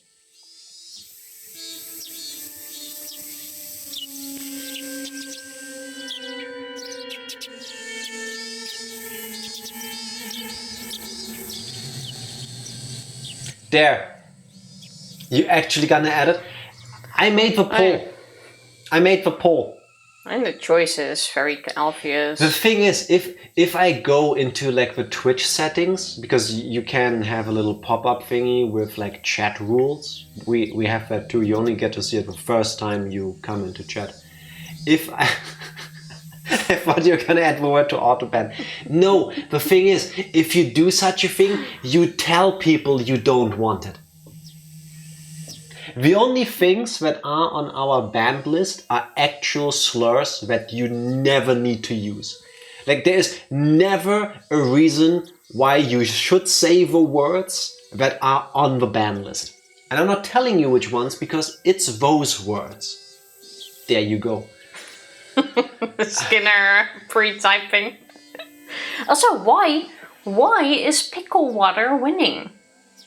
Because you are disgusting, Tifa. Pickle brine is water, vinegar, and some spices. Did you know that even in old ancient Rome, they drank, like the soldiers drank water with vinegar because it quenches your thirst better, gives you nutrients, and you can last longer in marches? Yeah, but then you also have to survive on the pickles. Tifa, they drank vinegar water. They didn't take pickle jars along. I'm talking about now, what we take along, which means we took a lot of pickles along. If in this situation we need to survive on pickle water, like, wouldn't you then prefer to take sausages along? and survive on the sausage water. Because who the fuck wants to drink sweaty sack water? Pickle brine has actual nutrients and it's isotonic. Thank you, Pickle Brine 1. Are we good now? Tifa? The 3 minutes aren't up yet. I still have Yes. 1 minute to say sausage water for as much or as many times as I can actually say sausage Tifa, water. it took me a minute to set up a poll which ran for 2 minutes, so the moment is over. Tifa's taste is just the worst. Yes, it is. I drank it as a kid. You know, now that even Reina asks herself, now what, I think it's a beautiful moment to take a short break. That's a yes. BRB. BRB, people. We're back. Now Look, that we have... it's a sausage water free stream, son. Now that... I was gonna say now that we have hopefully all went back for a filling of pickle Hashtag juice. Team Pickle Brine. Yeah, Team Jack equals Team Pickle Juice. You have to call the album Chocolate Starfish on this stream. No, I do not. I shan't. I need to put pickles on my shopping list. Psycho, do it. You're welcome. I think our jar still has 1 or 2 pickles in it. We and have it made me... extra jar in the pantry. Made me remember or made me think of that I don't think I've ever actually drank pickle juice But before. you've eaten it plenty of times. Yeah, but I didn't actually drink it. I feel like that's different. Maybe after stream I'll have a sip of pickle juice. When you make egg salad, I recommend a very easy, very simple recipe. Take your favorite mayonnaise, egg, you can scramble it and then chop it into pieces, you can cook it, cut it up, doesn't matter. Egg goes into the mayonnaise and then you add little by little pickle juice until you're happy with the consistency. I also recommend finely minced pickle into it. Some salt and pepper, done. Easy, simple, tasty. You're welcome. Hit or miss. It's a hit with me and you can miss me with your shitty opinions. Now. So now what? How am I going to stand up against this gigantic conspiracy? I'm proud of you. I needed to calm down, stay cool, but also to think fast. If Tifa gets to say gigantic, I get to say GIF instead of GIF for the animated pictures. There might not be a lot of time, so I'd have to hurry, but I don't know what to do. But I need to do it fast. It's easy to run to school in the morning when I oversleep. It's easy because I know where I should go. But now I don't know where I should go, or what I should do. Have you ever heard of the SS Gigantic? I think I have, actually. Now that I've come to this point, I should tell ooishi-san everything. It's highly likely he's an enemy. But that doesn't matter anymore. If it was true, I'd just declare war. But if he was on my side, he'd be my only remaining hope. I'm far too weak to stand alone against the terrifying skill of this conspiracy poised to instill fear throughout Japan.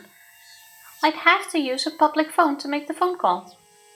There's only one public phone in this village that stands at a place where it's hard for people to spot you, where Tomitake died. That phone booth. It stands in the middle of nowhere where nobody really comes around. Many bugs gather around the light when it's dark, and it's not a pleasant place to go to. But I can't think of any other public phones I can use to contact ooishi-san without being seen. Even though it stands in the middle of nowhere, it's still dangerous to use in the daylight. I should wait until nightfall and take advantage of the darkness.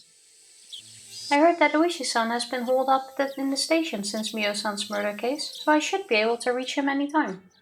I just had a dumb thought, Tifa. What? Gotta write this down. Or do I? Well, say it first and then we can discuss it.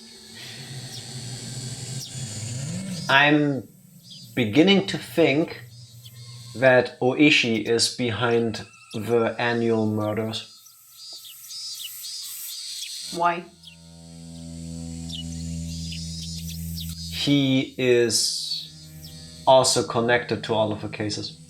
How? Was it his mother or his grandmother that believed into Oyashiro-sama and had told him all about the curse back then? I think grandmother, but even then. He's always there. Because it's his job. Yeah. And because he's a serial killer. And he uses that as a cover to get away with these things. Because there's enough important people that no matter how good or bad he would do at being a serial killer, the Sonozakis make it go away.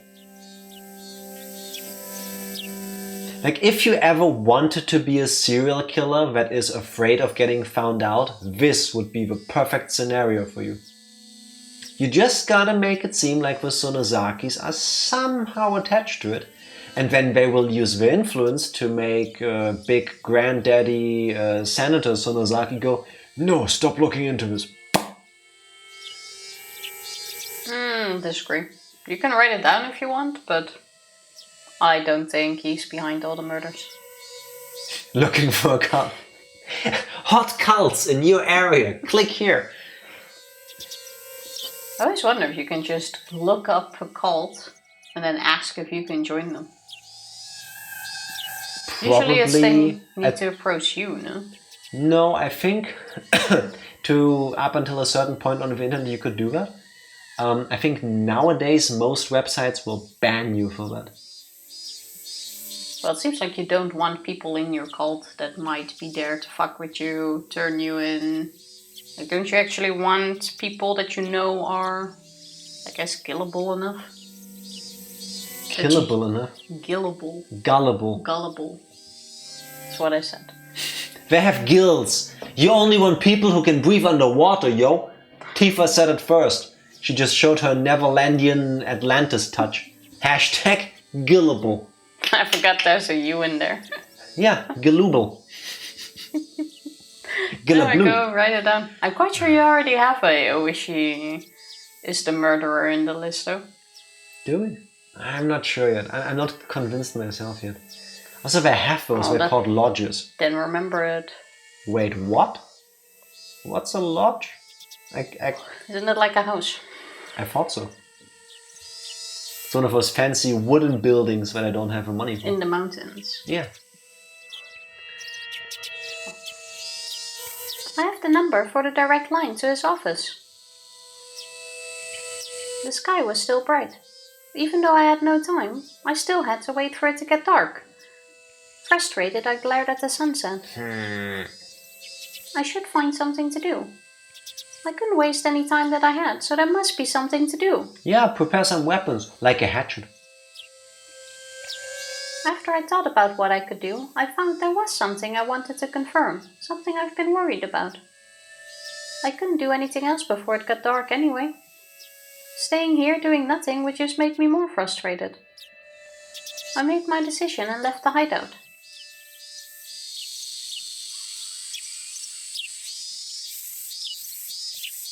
How can the narrator know this? Can't be Keiichi. I think it's Keiichi. He probably went to her house after school. Oh, true. He said he has a bad feeling about it. Also, they tend to have gatherings like Freemason events at lodges. Oh, okay. I need to look up lodges when I go. Just out of curiosity, I don't want to join or create a cult. Don't worry. Rena's father paced up and down relentlessly. Would have worked, but I want to give you the actual line. Rena's father paced up and down restlessly in front of his house. A bicycle appeared. Its rider ringing the bell. Police officer! Here, over here! A police officer from the Hinamizawa police station had shown up. Having rushed to get here, he was breathing hard.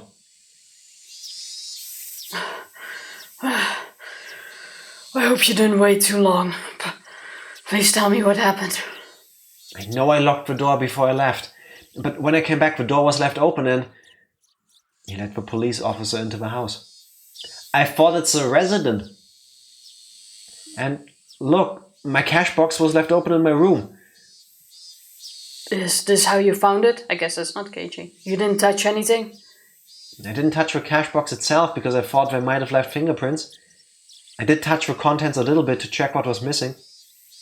And what did they take? They didn't take my bank books or my personal seal, but they took the cash. They didn't take your bank books or personal seal, huh? Okay, Solid Snake is investigating this. You were lucky. Professional thieves today don't take bank books because they know how easily they can get caught by using them. This might be a professional cat burglar. Instead of taking the cash box with him, he opened it here. He has to be a pro. So how much cash was in there? It's amazing. It's a professional. I haven't counted it for a long time, but I believe there were about 110,000 yen bills. Ah, I see. Did you tell anybody that you had that much cash in here? Did you tell the government? The tax office by any chance? No, I didn't, but they probably knew I kept some cash in the house. They? Who are they? Can you tell me more about them? And also, do you know that you're only allowed up to 5,000 bucks in your house in cash? I think that's a German thing. I think that's a thing everywhere. It's so that you don't... Yeah, but also not in the 80s. In the 80s, probably not. It's so that you don't try to get away with paying more taxes. You what, mate? You're not allowed to have that much cash in your house, Skinner. I'm quite sure that's a thing in the UK too. How much money can I have in my house in the UK?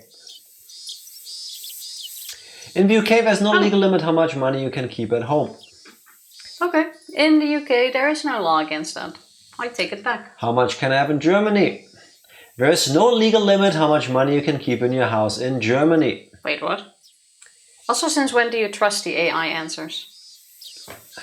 Because I don't want to have this conversation to begin with. If you want to learn about laws, look them up. I'm quite sure there's a limit from what I've heard.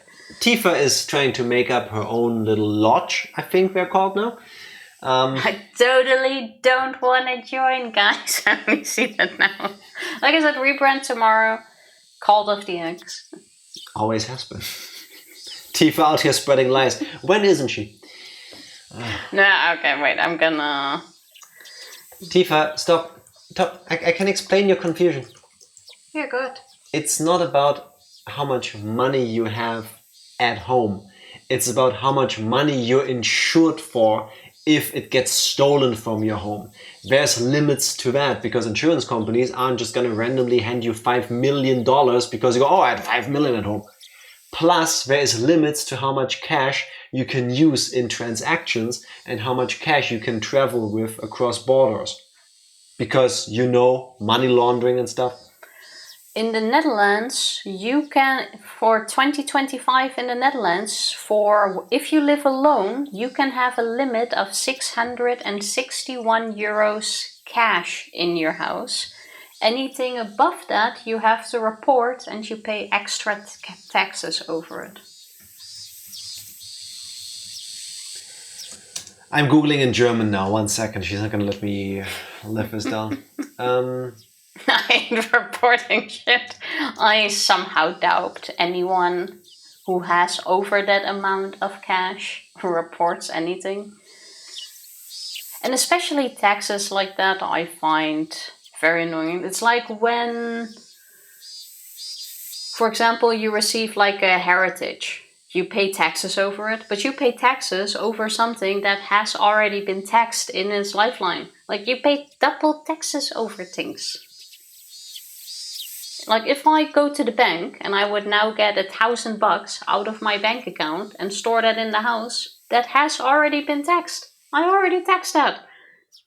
It's been going through the whole tax thing. So why would I then need to pay taxes again to have it in my house? The only thing I find about Germany is what I just said. If you are depositing more than 10,000 or traveling internationally, you need to explain where the money is from.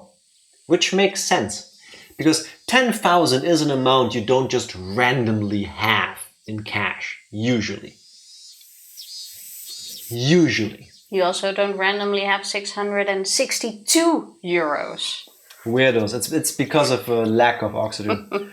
Also, it's not that it's illegal. It's just that when you, for example, go to an ATM and you deposit 12,000, you will get mail or something from your bank, and they'll go, we need to ask you where you got the money from. And then you go, well, actually, if you check my bank statements for the last 15 years, you will see that every month I take off $500 to spend, and this is all the money I didn't spend from that. So now I'm putting it back into the ATM because I want to buy something at some point digitally.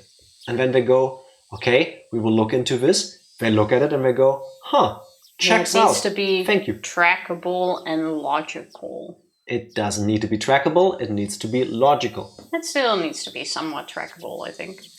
Tifa is not an officer of the law. Please check with people who are professionals. She is spreading lies constantly, as Skinner just earlier pointed out. Well, in case the tax office is listening along, I have like $37 and some pieces of cents in my wallet at home. In case the Dutch IRS is listening, I have 660 euros and 99 cents on me at most at any time, because I'm afraid of the number 661. Now you're busted because the Dutch don't do 1 and 2 cents. So you cannot have 99 cents anymore because that's extremely unlikely. And now, tomorrow, they're gonna bust in here to check if that's actually correct.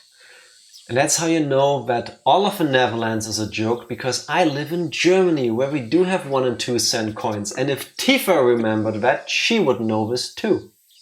So I do have no more than 660 euros and 99 cents on me. Dab. Just don't keep anything for others to inherit. I do really like the idea of hiding an inheritance and then make pieces of a map that they have to find. And then in the box where you hit the $5 that you can give to your kids at this current economy, you put the 1 piece on it. While I think that's an amazing idea for a work of fiction for legality purposes, at least in Germany, in other countries it might vary, please look it up first, I cannot recommend it. We've already strayed away from the legal bit. Now we're going into the fictional talk. Oh, this could be a really cool series, actually. You want my treasure? You can have it. I left everything and gathered together in one place. Now you just have to find it. Gasp! For One Piece. For legal reasons, this is a joke. Over here, if your estate is over 325 pounds, if your estate is over 325,000 Every estate pounds. is over. That's how cheap the UK is. If your estate is over 325,000 pounds, then you pay 40% tax on anything over it. So if your estate is 500,000, you'll pay 40% on the 175,000. Skinner. That is a scam. IHT is one of the biggest scams going. No, it's not. Sorry, one of the biggest. Yes, not the biggest. Screw this story for a moment. You want to know how we do this in Germany? And this is true, you can look this up. We also have inheritance tax. And if you are a regular person, let's say my grandmother passes away. Hope it still lasts, it still takes a while, but you know, at some point it's going to happen. So let's say she leaves behind for me 10 grand, right? And in her will, she goes, I bestow 10 grand to my grandchild, Jack. Then I will receive the 10 grand, and then I will have to pay inheritance tax on that. I don't know the exact amount. I think it's something disgusting. Like, I think it's like 25, 30, 40. I believe it goes up the more you receive, which makes sense. I hate rich people too. Here's the thing. Real actual rich people who inherit, let's say, millions and more, will have to then pay hundreds of thousands of euros in inheritance tax, right? Except they don't, because German tax code has a clause. Härtefallregelung. Basically, what you can do is you receive 2 billion in inheritance, right? 2 billion with a B, a lot of money. And when you do the math and when you go, okay, but now I would have to pay, I don't know, let's say 100 million in inheritance tax, right? That's a huge amount of money. When you go to the German IRS and you go, I'm so sorry, I know I'm getting an inheritance, but I cannot afford the inheritance tax because look at this number, 100 million. I don't have that. That's ridiculous. And then the nice person at the German IRS will go, oh my God, 100 million in inheritance taxes. That's outrageous. We couldn't do this to you, so now you pay nothing. Null and void. Oh, $60. That is so much. I do not have it. This happens in Germany. It's one of the things I voted for a party that wanted to fix this. Because that's not fair. That is bullshit. How is it that you can go, I will receive X amount, I will have to give back in tax a percentage of that, but the percentage is so high, I can't afford it. Bitch, you can't afford shit anyway because it never was your money. It was the person who you inherited from. But I'm sorry, inheritance tax, no matter how high it is already the biggest scam there is out there. Yes, because the income that was saved has already been taxed at least once. Yes. Yes, it has already been taxed. Why do I then need to tax it again? That is the biggest scam. I understand your point, but listen to me. I'm very in favor of that happening if it means we don't have billionaires anymore and if it means we have more money for education, for healthcare, for infrastructure, for things like these. That is not going to fix the issue of billionaires. Though, like you already said, they will get it anyway. They will probably not even pay it. I suddenly understand why there's so many stories about family members leaving their clues for crazy amounts of money. Yeah. Absolutely. Because inheritance tax. But then the billionaires have one less mansion. Fuck them. Not even mansion, shit. A lodge. Parking spot. Lodges.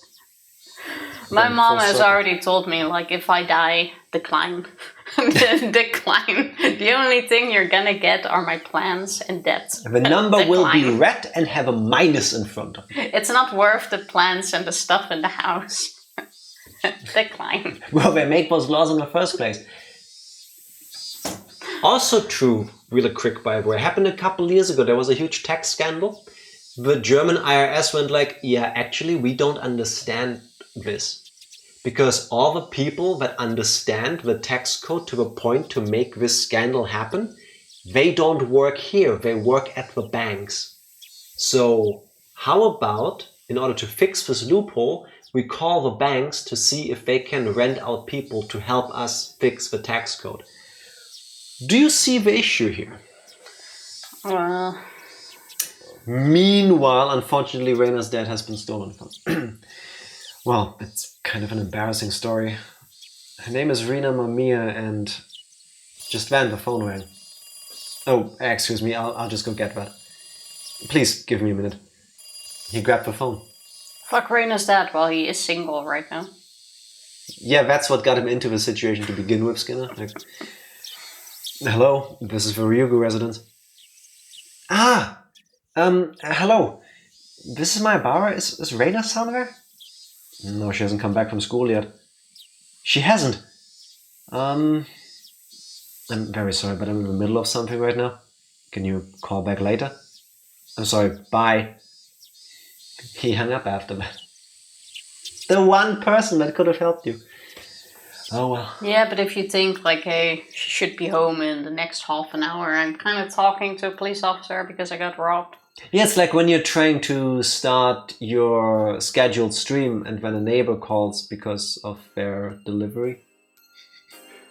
Yeah, thank you. Please tell me more. Is it me or is this now a more red? It's turning redder and redder, and I think that's on purpose to show us that she's getting deeper and deeper and deeper into her delusions. Probably, yeah, even though I'm not sure if I like them introducing this system all of a sudden, but I don't know. I was stunned. It didn't look like anything had changed on the surface. It was hard to find this place at all because it perfectly blends in with the surroundings. They noticed. I noticed this a while ago. Yeah, we discussed... I just can't explain it. I think it was in the previous stream that the color is different from before. It had gone from pink to reddish. Yeah. And now it's definitely red. Actually red. Yeah. She went back to where they buried the bodies. Yeah. I only found this place again because I remembered there was a tree with a big lump of wood on it nearby. Before you would just get confused about who's talking now. Yes, because that's also weird. Yes. The spot where I buried the corpses was perfectly camouflaged, as if nothing had happened. That's why, at first, I thought I came to the wrong place. But I could make certain once I stick a shovel in the ground. I should be able to tell right away whether this place was dug up before or not. After several false starts, I found the exact spot where I buried the corpses. And now they're gonna be gone. I didn't even... Okay. I'm so good at this. Before we even get into that, why did she come here? Because she's paranoid as fuck. But what's the... Well, she has nothing else to do. She needs to wait for it to get to become night, you know, get dark, so that she can go to the phone booth, so that there's less chance of her being found. But why? What would she want to confirm here? I don't know. See if Teppei had a tattoo? But the biggest problem of all is that there are no bags in there at all. Why? How come? Did I bury them deeper than this? No, I didn't. I remember exactly how deep I buried them. I know I didn't bury them deeper than this. I wasn't expecting this. I came here to check the corpses. I just wanted to do that to kill some time, and this is how you get caught. They never go back to the scene of the crime or where you buried the body. Yep. I bet though there was a water pipe hidden underground that had a hole in it, and during the rain the bags and the ground got sucked up into the water pipe hole, so now the body bags are probably near the swamp somewhere floating around and doing things, and then somehow because of the amount of rain the ground shifted back, covering the hole and making it seem like nothing happened. You forgot the part where because of the heavy amount of rain the flow in the sewage reversed, and instead of being an outlet it sucked things in, and then through the power of the super strong parasites the body parts of Teppei and Rina recombined into Renap, destroyer of Hojos. No, Ryugus. Then resurrect during the ceremony, causing the gases to come out of the swamp and killing the entire village. They Renap, the recombined Frankenstein's monster version of pieces of Rina and Teppei, then fart, causing everybody to die. It's because they already started decomposing. Yeah. Write it down. No. But don't these pipes lead to a river? Dark Lord, your facts don't matter here. They do, but there's like a T-turn or a Y-turn somewhere in the pipes, and because of the heavy amount of rain and dirt and the pressure, it pushed them into the wrong pipe, ending up at the sewer. Great. Otherwise... No, Tifa is infected by Jack. Otherwise, it would have taken the other pipe, probably the right one, leading to the river. Parasite problems. What can you do? Yeah. We got this all figured out. Finally. So we can skip the rest of the game, right? Done! We solved it. I didn't want to stay in my hideout doing nothing, so I came here to check if the corpses I buried were still here.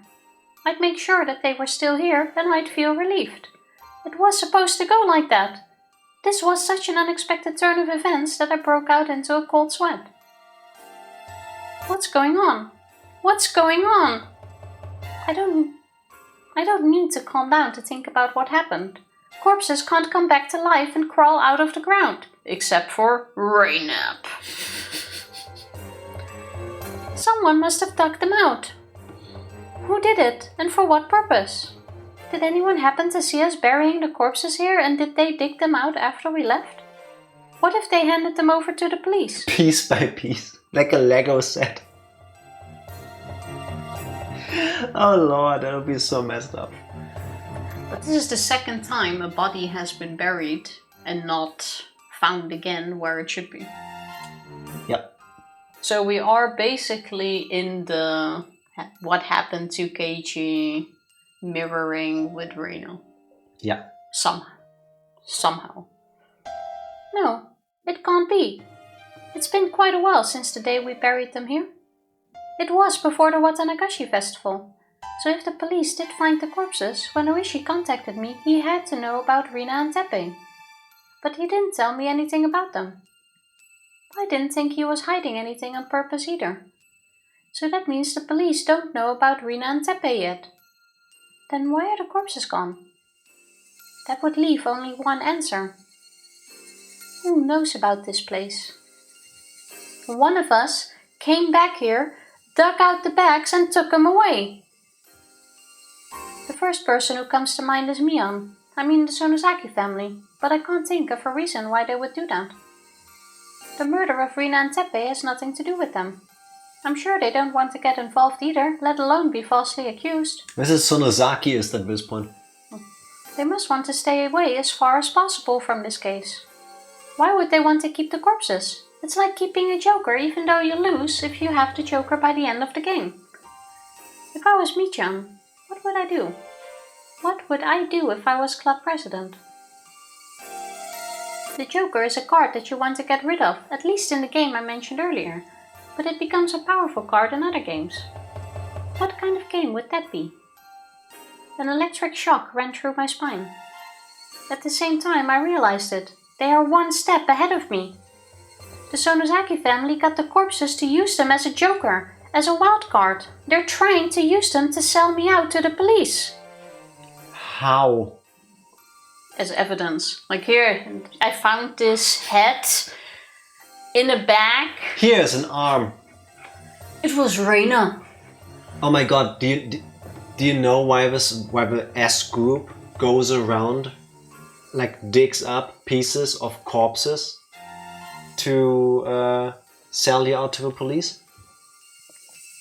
No. Because it's probably Kasai, because I feel like Kasai and I have a certain level of kinship, because Kasai strikes me as somebody who loves a good pun. He would take the corpse piece, go to the police and go like, here, I thought I would lend you guys a hand. I know, peak writing if it happened like this, but here's some corpses. I didn't do it, it was a high school girl. Yeah. 3 out of 10 setup took too long. Story of our life. I'll workshop it. Balatro. Oh my god, Balatro stole from Higurashi. The Sonozaki family is trying to kill me using their death squad, but they want to have insurance just in case they fail. The thing they're afraid of the most is that I might work together with the police. If they could prevent that from happening, I'd have no one to work with. If that happens, I can no longer run away from them. I'd still be a fish in their pond. They're going to use the corpses to sell me out to the police for the murder of Rina and Teppei. If the police started seeing me as a suspect, they'd never listen to my story. They could have been my last hope, but this will certainly turn them against me. Imagine proving someone killed a murder by digging up the body and then presenting it though. Instead of just going like, hey, she did it, they're buried there. Yeah, that's how you get shot in movies. By going, oh, I'm just digging out the corpse. Sorry, officer, I'm helping you. Yeah, no. Then you get caught on place. You know, I was gonna bring this to you. Yeah. And I'm burying it. I'm digging it up. I've never been in this situation, but I think if you ever think you're going to dig up a corpse, call the police first. You know, not after. But I'm sure that doesn't make sound. It doesn't make sound. No, you're gonna cut off your bloodstream and it's not gonna be good for you. Here, hold my hand. Let's do this together, Tifa. Call me after you've lost. Or do what Skinner said and report back with how well it went. Real talk, though. I would not be... I can't think of the word I was gonna say. Behind that? No, I would not be... Choose your words carefully, Tifa. I like this account.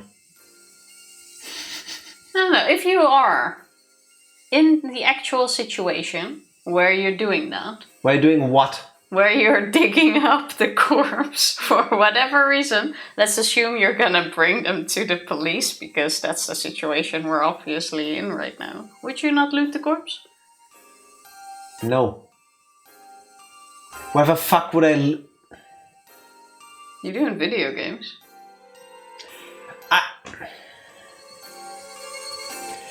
You just said somehow we're in a situation... It's a fantasy. It's an idea. It's just a joke, people. It's for your entertainment. I know, maybe I got some good ideas. Yeah.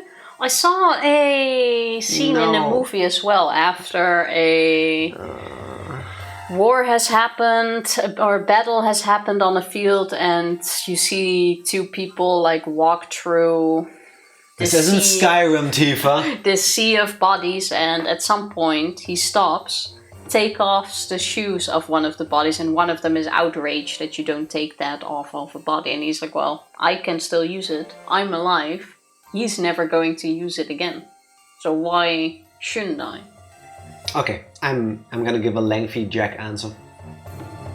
First of all, if I found myself living in a situation where I'm very not well off and I need to go so far as to loot corpses to somehow survive, yes, I would.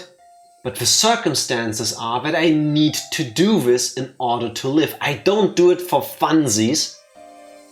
Well, I want to say looting the corpse is already one step, or only looting the corpse is already one step better than selling the corpse to the sugar factory after. Regardless, either way, whether I have reasons that I think are good enough to do this, I don't think anybody should take anything from a corpse.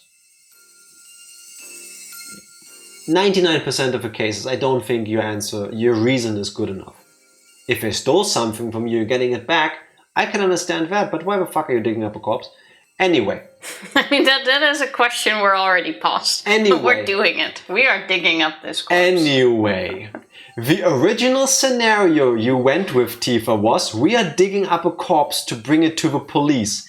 And if I'm digging up a fictional corpse to bring to the fictional police, I'm not changing anything about how I found the corpse because I'm bringing it to the police. It don't need more fingerprints than it already has from me on it. This is why Tifa will go to jail if she ever breaks up with me. I know this sounds gaslighty as fuck, like peak toxic masculinity shit. I know, but listen to this. I am unironically... You're the voice of reason sometimes. I am unironically in a surviving the confines of the law perspective, the best thing that has happened to you in your life. Just out of curiosity, you would do shit that gets you into hot water. And then you'd be like, I didn't know this was illegal, Mr. Police Officer. Yeah. I'm trying to think, like, can I... You cannot out-cute the police. Can I 100% be certain I wouldn't? No. I remember the Pokemon card story. Exactly. She was one phone call away from being dragged out of a bus. Oh, when I gave the Pokemon card to the little kid. Yeah, randomly sweet. In a super weird way. Do you like Pokemon cards? An underage girl on the bus that I eavesdropped that and was listened sweet to her as talk. fuck. I was absolutely adorable. If you were a guy, he would have called the cops. I was adorable as fuck. Your intention was adorable as fuck. Your execution... I made it slightly sus. Your execution of what you did was 2 steps away from jail. Yes. Nah, that was way far removed from jail. That was absolutely adorable. I somehow don't doubt you'd survive a war in the first place to win some corpses. You can make sugar out of my bones if you find me out of mine. Let's pretend to go into the grounds of Buckingham Palace. To be fair, I did. You did what? I allegedly put my foot on the...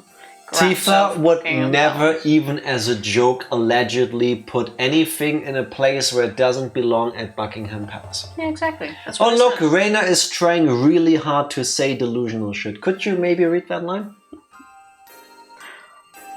How did we get to the looting of the corpse, by the way? You opened your mouth.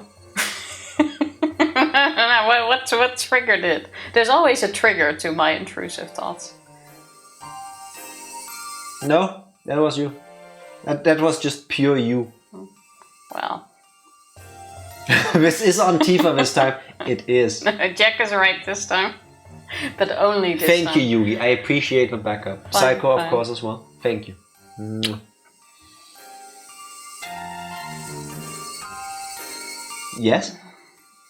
I suddenly had the word I started my line with in the back of my thought. And What then is I was... but?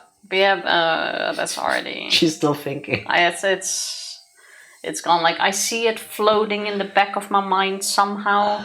But the moment I reach it, it turns to... It doesn't matter.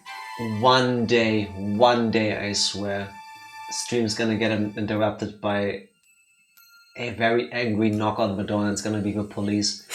They came to us because of a shit you said while the camera was rolling. I swear. We've been lurking. Finally, she said something. Finally. Hi, happy to meet you. Yeah, we have a police and you need to come with us. You are okay. We saw you tried. But I'm sure the Sonozaki family doesn't want to use their Joker unless absolutely necessary. After all, me and Sonozaki helped bury the corpses.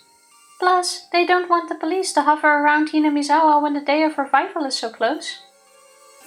I'm going to call Ooishi tonight, and I'm going to ask him for help.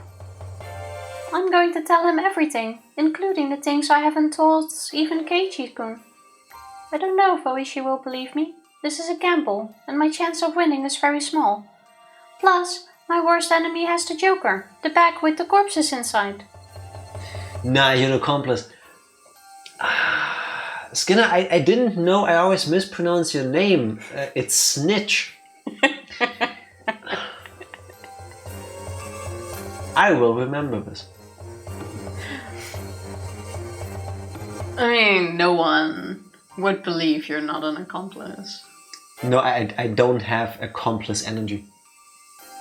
Nah. I mean, that is true. If I saw something illegal happen, I would shit myself and pass out.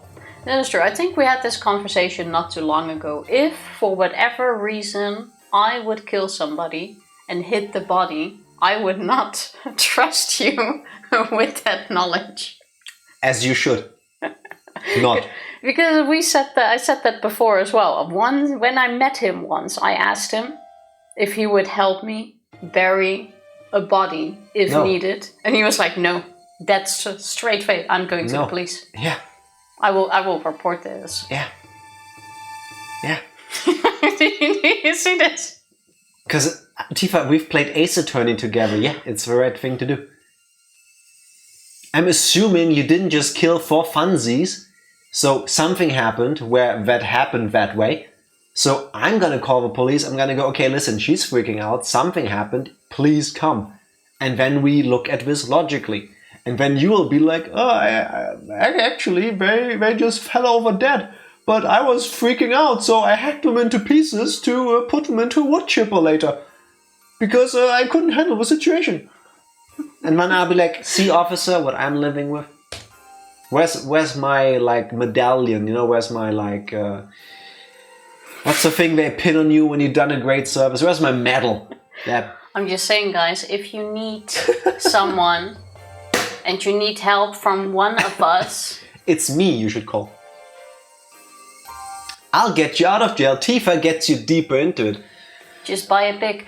I actually do not recommend buying a pig because that knowledge is very outdated. Nowadays we are at a point where science is able to tell if a pig has eaten human parts. Not if I eat the pig.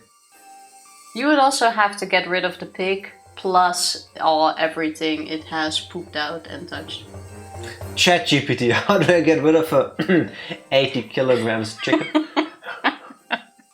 A big bone chicken. Yes. I wonder what ChatGPT would answer to that. You will not find out. I could hide it, but I can't say that here. For legal reasons. This is a joke. Just know that I have the knowledge. I like you, Yugi. I like you too, Yugi. For all the other reasons. I like you as a person, not just for that specific knowledge, and I'm beginning to froth at my mouth and spit everywhere again.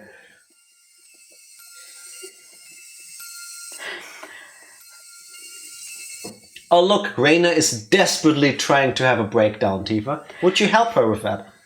I'm impressed with Mion. That's just what I'd expect from the leader of our club. This is a battle that I'm betting my life on, but to Mion, this is like a board game taking place across Hinamizawa itself. Not just Hinamizawa, Okinomiya, maybe even the city, the prefecture. Complete global statue. Anyway. I grinned, repeating to myself that it's just a game. Yeah, this is what well-balanced individuals do. I put my life on the line for every club activity we do because I don't want to suffer the punishment. Exactly. This time, that's become the literal truth. There could be only one reason why they're trying so hard to drive me into a corner. It's because they're afraid of me. I assumed I was just a little girl with no power running about in confusion. Well. But my enemy must not be thinking that way. If they didn't think I was a threat to them, they wouldn't take risks like this to drive me into a corner. That means the scrapbooks Mion-san left me must be way more dangerous to them than I think they are. I see. They have a joker. But so do I. The joker I have is so deadly and so powerful that it can break their plot into pieces.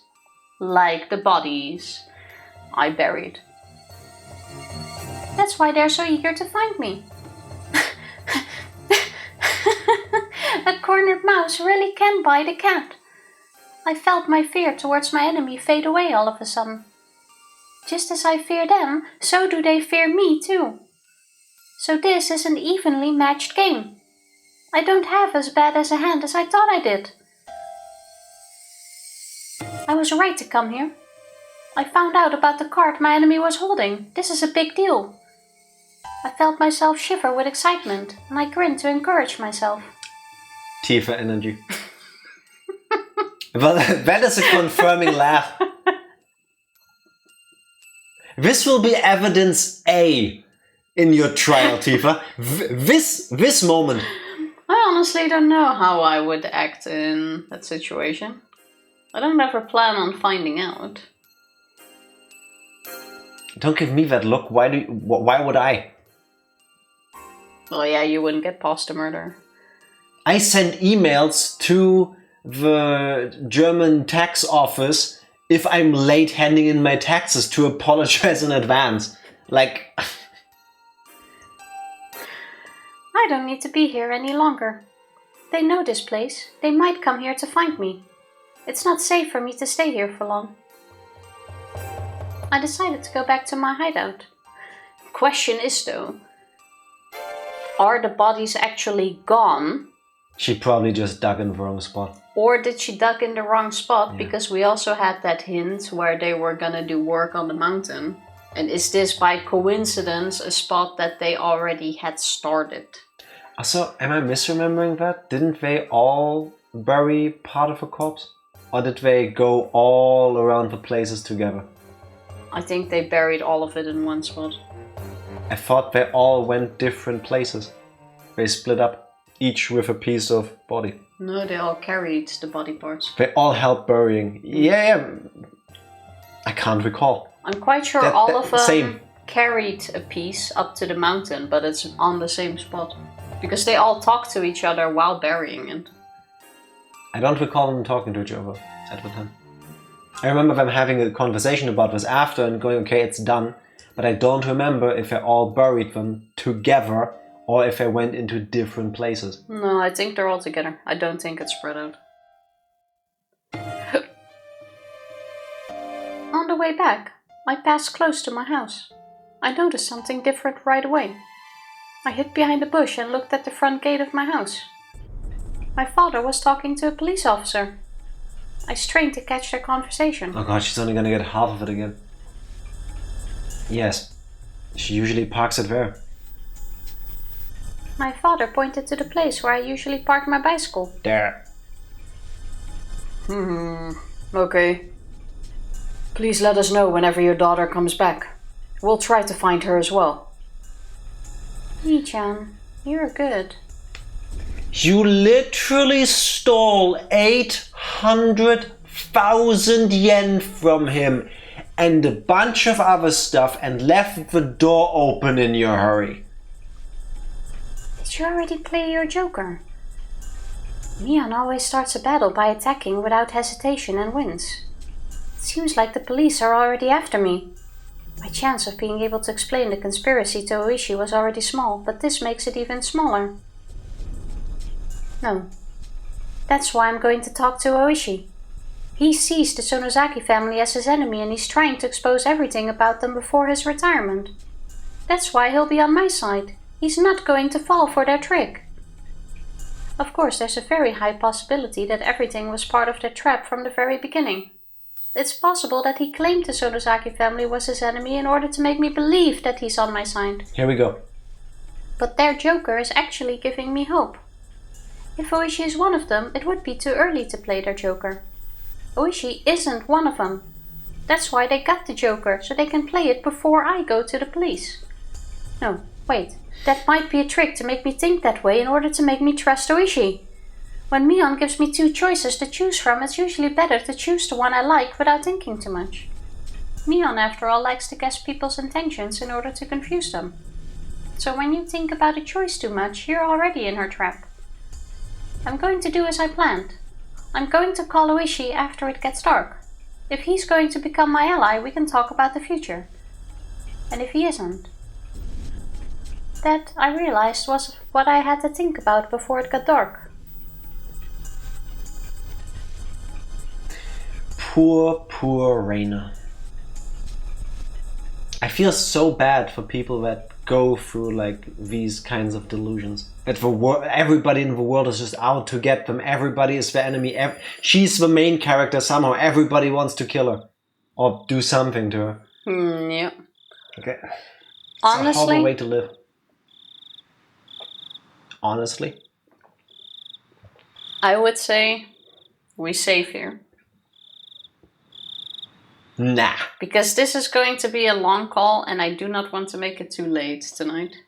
We can have our cake and eat it too. So we can still continue a few minutes, but I will make you save in the conversation now. No, don't worry about calling so late. I don't get paid overtime, but I'm on duty as long as I'm here.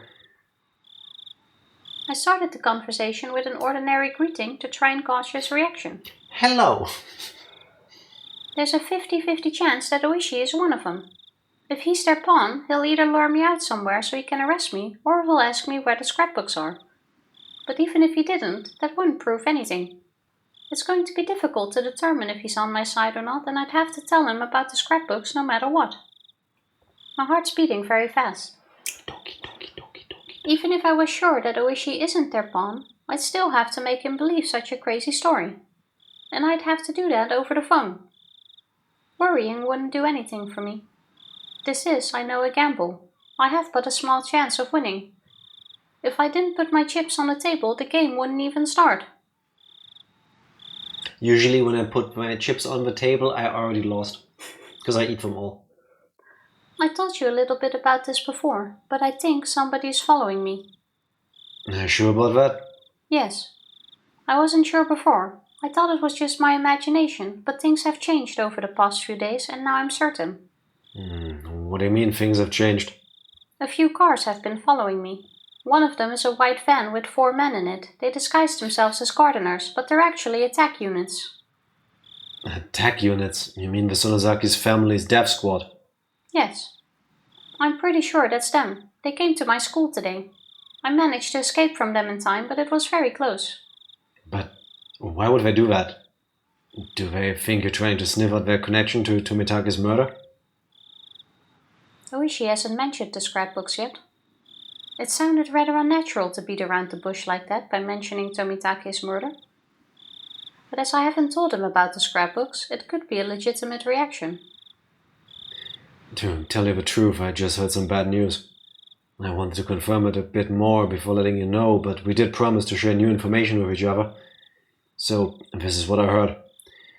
It seems like the Sonozaki Corps in Okinomiya are on the move. Are you talking about the Sonosaki Corps? Yes. You might find it a bit of a shock. They ordered their greenhorns to find a certain person. A certain person?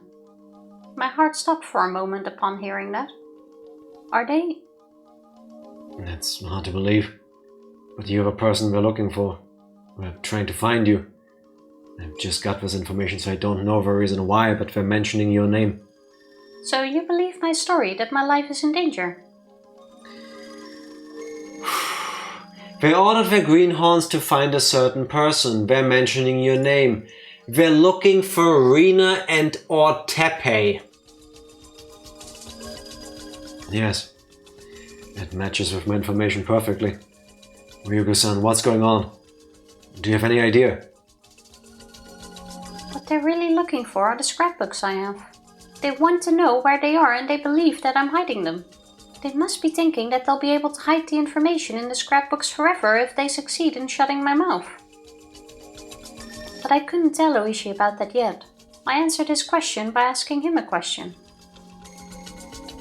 What about you, Ooishi-san? Do you have any idea? I can't think of anything. No, I'm afraid I don't. It's hard to believe that the Sonozaki Corps are using their resources to capture an individual like you. But it's true. It came from a reliable source. It might be the Sonosaki family who are after me. Not just the Sonosaki Corps. It's very unusual for them to take action like this. They only do this when one of their people runs away with their money or something like that. Yes, like Teppei and Rina did. It's usually about some kind of trouble within the group. I've never done things like this to an honest person like you. Well, I'm honored to be the first one, but I need you to do something other than tell me that they've never done this before. I understand, Ryugu-san. Please, calm down. Isn't it your turn to tell me something now? What do you mean? Like I said, the Sonozaki Corps don't take action like this often. They might be under some kind of misunderstanding, but still, it's very unusual that they would do something like this. Are you sure you have no idea? That's a nice way to read nothing. You could have gotten them confused about something without you knowing it. My guess is that you sniffed around the Sonozaki family and found out about a secret of theirs, or they think you did. You can't lead them to mobilize like that by doing nothing. What you did must have been obvious to them. Are you sure you have no idea? Is he my ally or my enemy? I still can't figure it out. This is it. Make your decision, Reina Ryugu. Maybe. They're after me because I have Mio-san's scrapbooks. Mio-san? Mio Takano? Her scrapbooks? What do you mean? I kind of expected it to be a choice here. Tell him or don't. That happens later. We saw that the mod, 07 mod we're using, adds the choice from the console re-release. Usually that happens very late in the game. If he was my enemy, he wouldn't be able to hide his excitement. But his voice remained steady, and it didn't sound unusual when he said the word scrapbooks. Well, I met Mio-san at the library a few days before she was murdered. We talked and got along well, so she let me borrow some of her scrapbooks in which she wrote about her studies. Scrapbooks? Her studies? Yes. Mio-san was studying the history of Hinamizawa.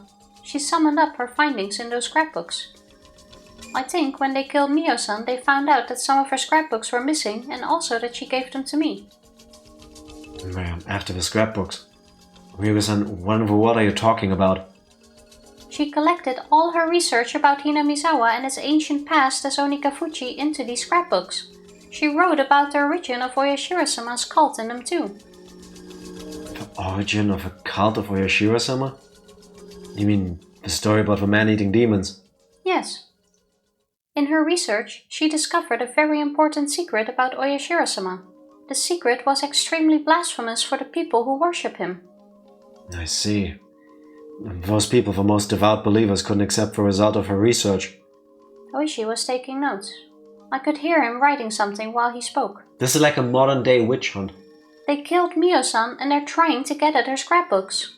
They weren't sure that I had them, so they followed me to find out. But I think they changed their plans yesterday. They're now trying to kill anyone they think is suspicious.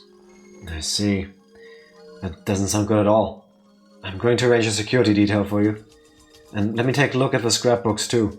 I might be able to find some clues about her murder. No. I mean, they might have pawns inside the police force. So don't worry about me. I can look after myself. Same with the scrapbooks. They're going to try to destroy them. Even if they were kept at the police station. You may be right. If the Sonozaki Corps is chasing after you because of an order from the head of the Sonozaki family, that means our enemy is the Sonozaki family itself. And if so, I'm afraid I really can't guarantee that we don't have a traitor among us. That's what I'm saying. Please don't worry about me, but I have a favor to ask you. It's very important. Go ahead. What is it? According to Mio-san's research, there's a horrifying conspiracy at work in the shadows of Hinamizawa, and it's about to be carried out in the near future. A conspiracy? What's that about? I got tense all of a sudden. If I tell him everything, it's going to sound like a big lie. I should leave out the bizarre sounding parts for now. It'd actually make the story more credible. Fanatical worshippers of Oyashiro-sama are the ones behind the conspiracy. Since the Meiji era, belief in Oyashiro-sama has slowly disappeared, so they're trying to revive the majesty of Oyashiro-sama that the people of Onikafuchi once worshipped. Go on, I'm listening. I'm just writing this down. According to Mio-san's research, the origin of the legend of Oyashiro-sama lies in a primitive endemic disease. People feared this endemic disease and called it the curse of Oyashiro-sama, and then someone like a doctor treated the disease and was then worshipped by the villagers as Oyashiro-sama himself. The village was then under his control. Oh, I see. That's interesting. Go on. The endemic disease was caused by a parasite unique to this region. But it became weaker with every generation, and now it doesn't do any harm to people, as you can imagine. To them, a harmless endemic disease means no cure of Oyashiro-sama, or no curse of Oyashiro-sama. No curse means no savior. They can't keep the sanctity of Oyashiro-sama like that. And to revive the sanctity of Oyashiro-sama means they have to revive the endemic disease, right? That's right. They want to recreate the legend of Oyashiro-sama in order to make Oyashiro-sama a deity again.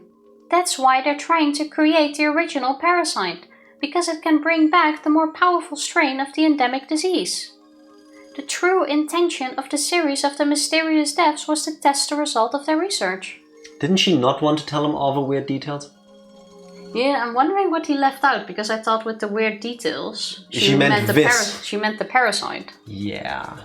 And now they finally succeeded reenacting the maggot's disease with Tomitaki-san. It took them 5 years, but they managed to bring the parasite back to its original power. What the hell? Their goal is to spread the parasite, use the cure they developed to save only those people who believe in oyashiro-sama and create them for a paradise. Are you sure it's all true? Scrapbooks say that most of the residents of Hinamizawa are infected by the parasite. There's medical evidence of its existence too. I can't believe it. Damn it. That heck Oreo is on death's door already. And she can't cross the sticks on her own. This is indiscriminate terrorism. What the hell? The original parasite could only survive around Hinamizawa, but there's a high probability that they've improved it to be able to survive in a wider area. It's going to destroy not only Hinamizawa, but also Okonomiya, or even the entire city, or the entire prefecture. All the landmass, all the islands, or all of Asia. Damn it. What should we do? Who's behind all of this? It's the three families. Most likely the Sonosaki family is in charge. But I'm not sure if Oreo is the leader or not. I can only refer to them as they. I also have no idea how far this thing reaches. Do you know where they're doing all of his research? I can shut it down. I don't know. It's not in the scrapbooks either. Do you have any idea? It must be a big facility to do that kind of research. You can use a garage for remodeling guns or something like that, but when it comes to parasites, I don't think that would be enough. Mio-san was a nurse at the Irie clinic. Do you think that could be it? I always thought it was a bit too big and fancy for a small village like Hinamizawa. Ah, the area clinic. They need a specially designed facility with advanced airtight containment among other considerations to be able to do research on dangerous parasites like this one.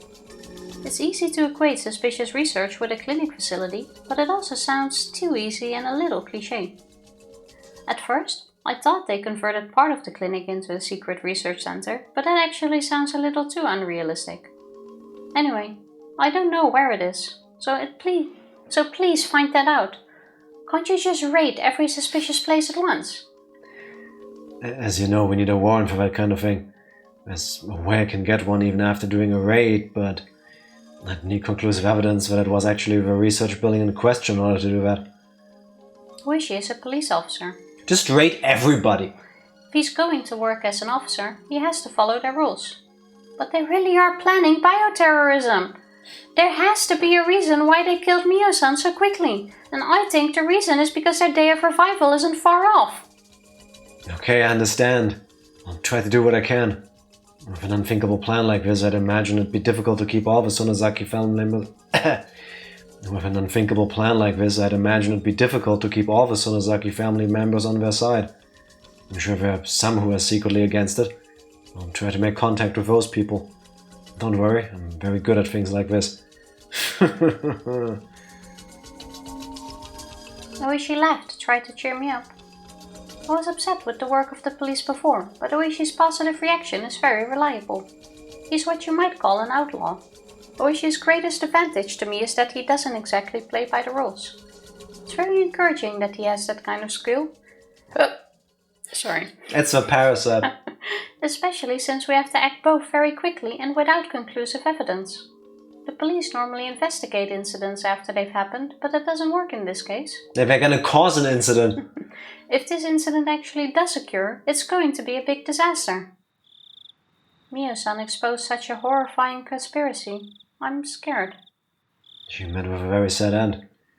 She was burned in a drum in the mountains of Gifu. I feel very sorry for her. Right, I forgot to tell you something. We found something odd about her death. Something odd? Well, at first I thought it had something to do with her case. But after hearing your conspiracy story, it's going to sound like nothing. The crime lab probably just made a mistake. Please tell me. I want to know. We promised to tell each other everything, didn't we? I don't mean to hide it. It's just that it might sound like a silly horror story. Ryuga-san, do you remember the night of Watanagashi? After the festival, you and 4 of your friends talked with Tomitaka and Takano, didn't you? Yeah, we did. We just talked for a few minutes or so, I think. Well, we found Takano's dead body that night, but the crime lab in Gifu Prefecture said that she'd been dead for 24 hours when she was found. But that doesn't make sense. If that's true, she had to be dead the night before the festival. What's that supposed to mean? I'm confused. If she was found dead on the night of Watanagashi, and she had been dead for 24 hours, that means... Sure, that means she was already dead on the night of Watanagashi. So the Takano whom you saw on that night was a zombie. Got you, didn't I? Well, like I said, I think we just made a mistake. I felt my brain freezing over. Ooishi laughed, saying that it sounded like a horror story from summer camp. But actually, the fact that Mio-san's time of death was off backed up her incredulous theories. What? I haven't mentioned this one to Ooishi or Keiichi-kun. If I did, they'd start to doubt everything else I've said. That's how absolutely unbelievable this theory is. Zombie parasites. At any rate, the mismatch with the time of Mio-san's death means a lot. What irony. Mio-san came up with the theory and she proved it correct with her own life. No, not yet. This doesn't prove anything yet. If her theory is true, it might happen again. There's no way. It can't be true. Zombie parasites. So if you're infected... and you get dead, you turn into a zombie parasite person. No, I don't take that as true. Yes, read the line. No. Maybe...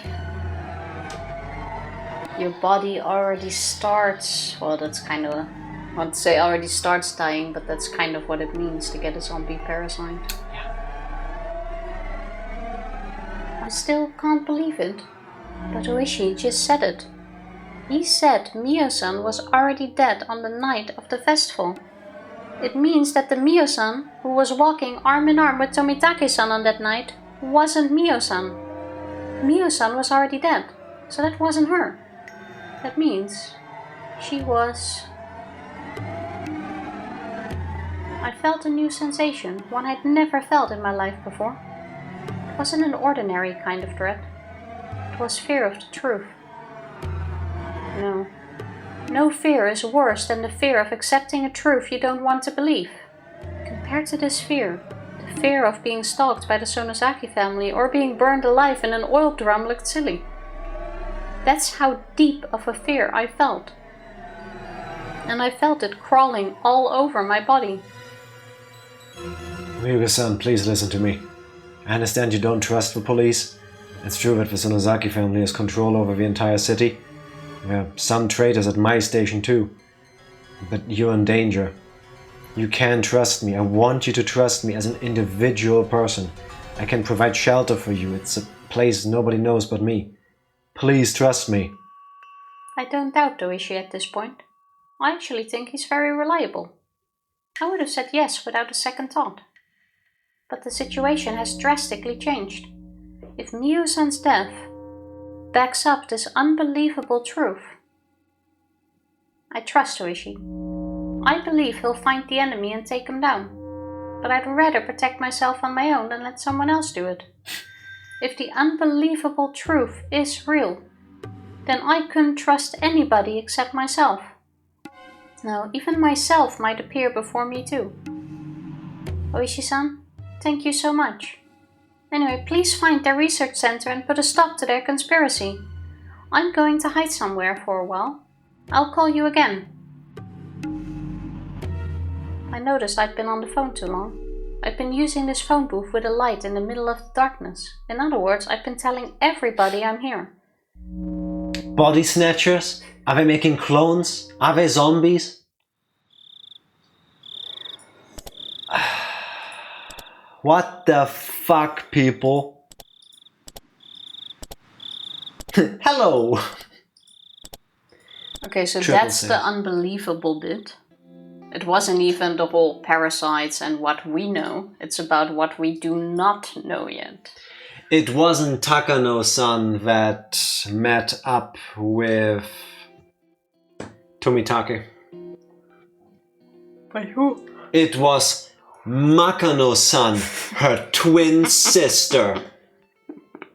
The true heir to the Takano family research facility. Mm-hmm. Oh, this is gonna break my brain. I need to think about this. What does it mean? My biggest question is how Reina's dad either somehow doesn't notice she's acting weird or doesn't care. Well, we've already realized that Reina's dad isn't fully mentally there himself either. He's dealing with shit and he is not good at also at the same time noticing what's going on with Reina. Yeah, I think he's too caught up with his own problems and issues that he just doesn't notice / realize. Even if he notices, maybe he doesn't know what to do, so he ends up doing nothing. Or that. Or just doesn't think too much of it. Low key, he's the worst parent in Higurashi. I mean, we've seen too little of the other parents to actually... Yeah, well, we know about Rika's mom, who beat her a lot. Well, true. Every time she didn't laugh at something that was supposed to be funny. Every time she laughed at something that her mother didn't find as funny. Every time she said something about the weather that her mom didn't agree with, she would beat her. Okay, I think we can agree parasites don't make the best parents. Then you also have... I think I just summed it up. Then you also have Satoko's aunt, who is in a parental role with all of that stuff. And you have Teppei. But not an actual parent. Okay, I'm being dramatic, but it's like, dude, look in. All I can say is, I don't think my parents would have noticed either. Just saying. I wish everybody's parents would. But, hey, you know, people are people. People don't always do what you want them to. Honestly, he already kind of ruined it when he let Teppei leave the house with her. Yeah. The night he barged into their home looking for Reina. Like, I don't know. I don't think he deals well with any of these situations. Like, he is... I'm not a parent. I don't know if I would always do better, but from an outside perspective, sitting here reading the plot. Like, yeah, the fact that Teppei just comes in, Reina has a whole ass conversation with him and goes like, yeah, just follow me, and he doesn't go with them. Like, that shouldn't happen. Do I think we would be good parents? No. Do I think we would be better parents than the ones in Hinamizawa? Yes. I hope so. I hope so. Are we going to find out? No. So. I don't think my grandma would have ignored me coming home with band-aids all over my neck. Yeah? Yeah, that seems like something you should ask about. Wait, I thought you adopted us already. That is true. This will keep trying to tell you not to be such a bad influencer. Yugi counter perspective. Well, not counter. Yes, your point is completely valid, and I'm happy that your grandmother would have not ignored this. Once upon a time, in one of my French classes, yeah, I only had the one, when we were like 12, 13, one of the kids in the class was, let's say, a latent bully. And weirdly enough, like we would talk to each other every now and then, but then he would also be other times he would be a complete asshole to me.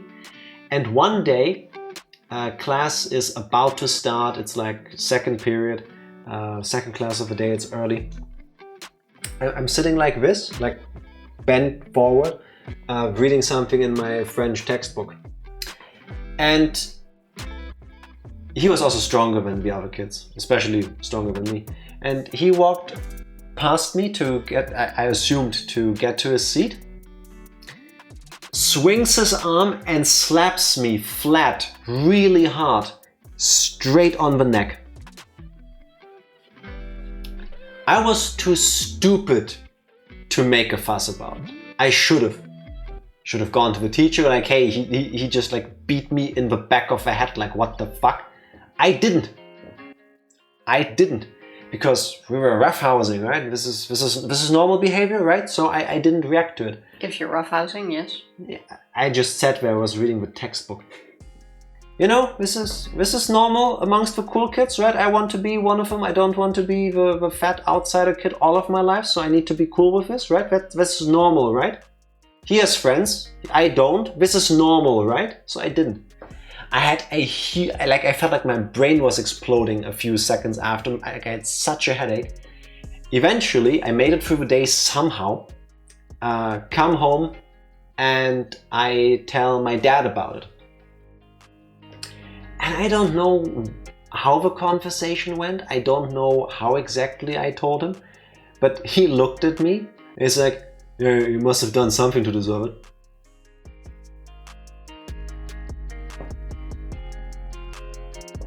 So, you know, everybody can have children. Not everybody can be a good parent. Ew, yeah. Exactly. Does he have money at home you can steal? No.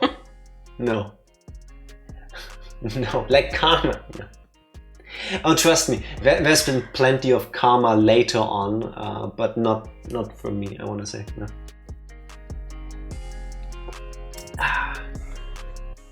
Case in point, I'm happy your grandma wouldn't have ignored band-aids on your neck. I was told maybe I made them do it. Which is not true. If you listening, watching are ever in a situation like this, no. No, when you're just sitting there reading a textbook, somebody hits you on the neck, you didn't do that. Unless you were wearing a shirt that says, please hit me in the back of the neck while I'm sitting there reading my textbook in class. Which I doubt anybody has. Should we make a t-shirt like that? I think I'm good, thank you. 100%. That's a really specific shirt. Yeah. I'm pretty sure one person somewhere would be into it. Like, you know, there's fetishes for everything. I think it's really specific, but it can be worn every day. Why would you do that? I'm saying you can. Yeah, I can also run around naked every day. Well, no, because that's illegal. I don't go outside. I can also go to the bathroom and shit on the toilet seat every day. I mean, people do that. They do that? They do that. They do that? That is true, unfortunately. Don't be that person, by the way. Again, unless... So let's also make a t-shirt about that. I've seen shit in bathrooms at places where it should not have been. Yeah. I wanted to go pee at a highway rest stop thing. Went into the toilet place, opened the door, smell was bad. Okay, it's a public toilet, those rest stops aren't always well maintained because it's a highway. It's the open, step in, No. step back, close. I don't need to go anymore. Anyway, I really needed to pee. So I opened the door to get to like the urinals and the stalls, go into the stall, and I think somebody tried to put a graffiti on a wall, but they didn't have anything to paint with. So they made something to paint with. Because it was everywhere on the walls. Hey, you have people like that. Yeah. People would flush their pants at my middle school. Just to cause a commotion, because that's gonna like at To worst start a flooding, I guess. At worst it floods the toilet. At best it floods the toilet. At the bathroom, the toilet room. At worst it's gonna go into the pipe and cause even more issues. God damn. Yeah, I don't think they did that at my school. Thankfully. Not that. But yeah, I mean, so you have people for everything. They also painted the stalls like that at my middle school. Yugi, fist bump. We have both seen unspeakable things. I don't think they have at my middle school, fortunately. So I'll be happy with that. As you should be. Sometimes, and it's easy to forget, that people just being normal to you or even being nice is a blessing. You know? That's good. My school, they put a firecracker in a toilet. Oh, no. Oof. Blew up the whole thing, I guess. You know, it's gotta do some damage. They did it so much, you would have announcements about it in the pants too. Oh my god. Oh my lord. I think all of my toilets in every school I have been to have always been normal, and I suddenly realized what a blessing that is. Yeah. Yeah. It's sometimes you need to be thankful for the things you don't expect to be thankful for, because you go, everybody just doesn't do that, right? It's just you just go there, you do your business, when you get up, you wash your hands, and then you leave. Yeah, exactly. It's no flooding, okay. no firecrackers, no poop where it shouldn't be. No announcements about please stop trying to flush down your pants. Yeah, that's a public toilet sort of thing. That's where I expect it. This is why I avoid public restrooms like the plague. Understandable. Very understandable. Some people shouldn't go outside. Which is why it's better to stay inside. True, then I don't have to meet them. That is very true. What I should be doing though is slowly heading to bed. Because I have to wait for a package for one of our nice neighbors tomorrow. Still happy to do it. Still understand why they were very worried about getting the package. Shorter story would have sufficed. To be fair, if it would have been the other way around, I would have talked them to death just the same. Just to instill upon them, it's super important to me. Can you please? Not even please, that. It's please. hey, thank you, please, appreciate it. Yeah, you don't want. It's not a hey, can you do this? Okay, bye. Cool, thanks, but yeah. Just do this, bye. Yeah, which honestly I would have preferred. But that's not expected, so I get it. We're gonna be back on Tuesday. Go say your goodbye things. What are we gonna be back on Tuesday with? Floor 796? Yeah. Same schedule as this week? No, because I'm not there on Wednesday. Oh, true! So Tuesday... So the stream on Wednesday. Tuesday we go through the floor again. Wednesday is a solo stream, and then Friday, Sunday will be Higurashi. Now you know. You'll see it again tomorrow when I post the schedule update. Oh well. You heard the lady. Thank you everybody for not shitting on the walls. Thank you for Higurashi with us. We'll be back on Tuesday with floor 796. See you then. Thank you.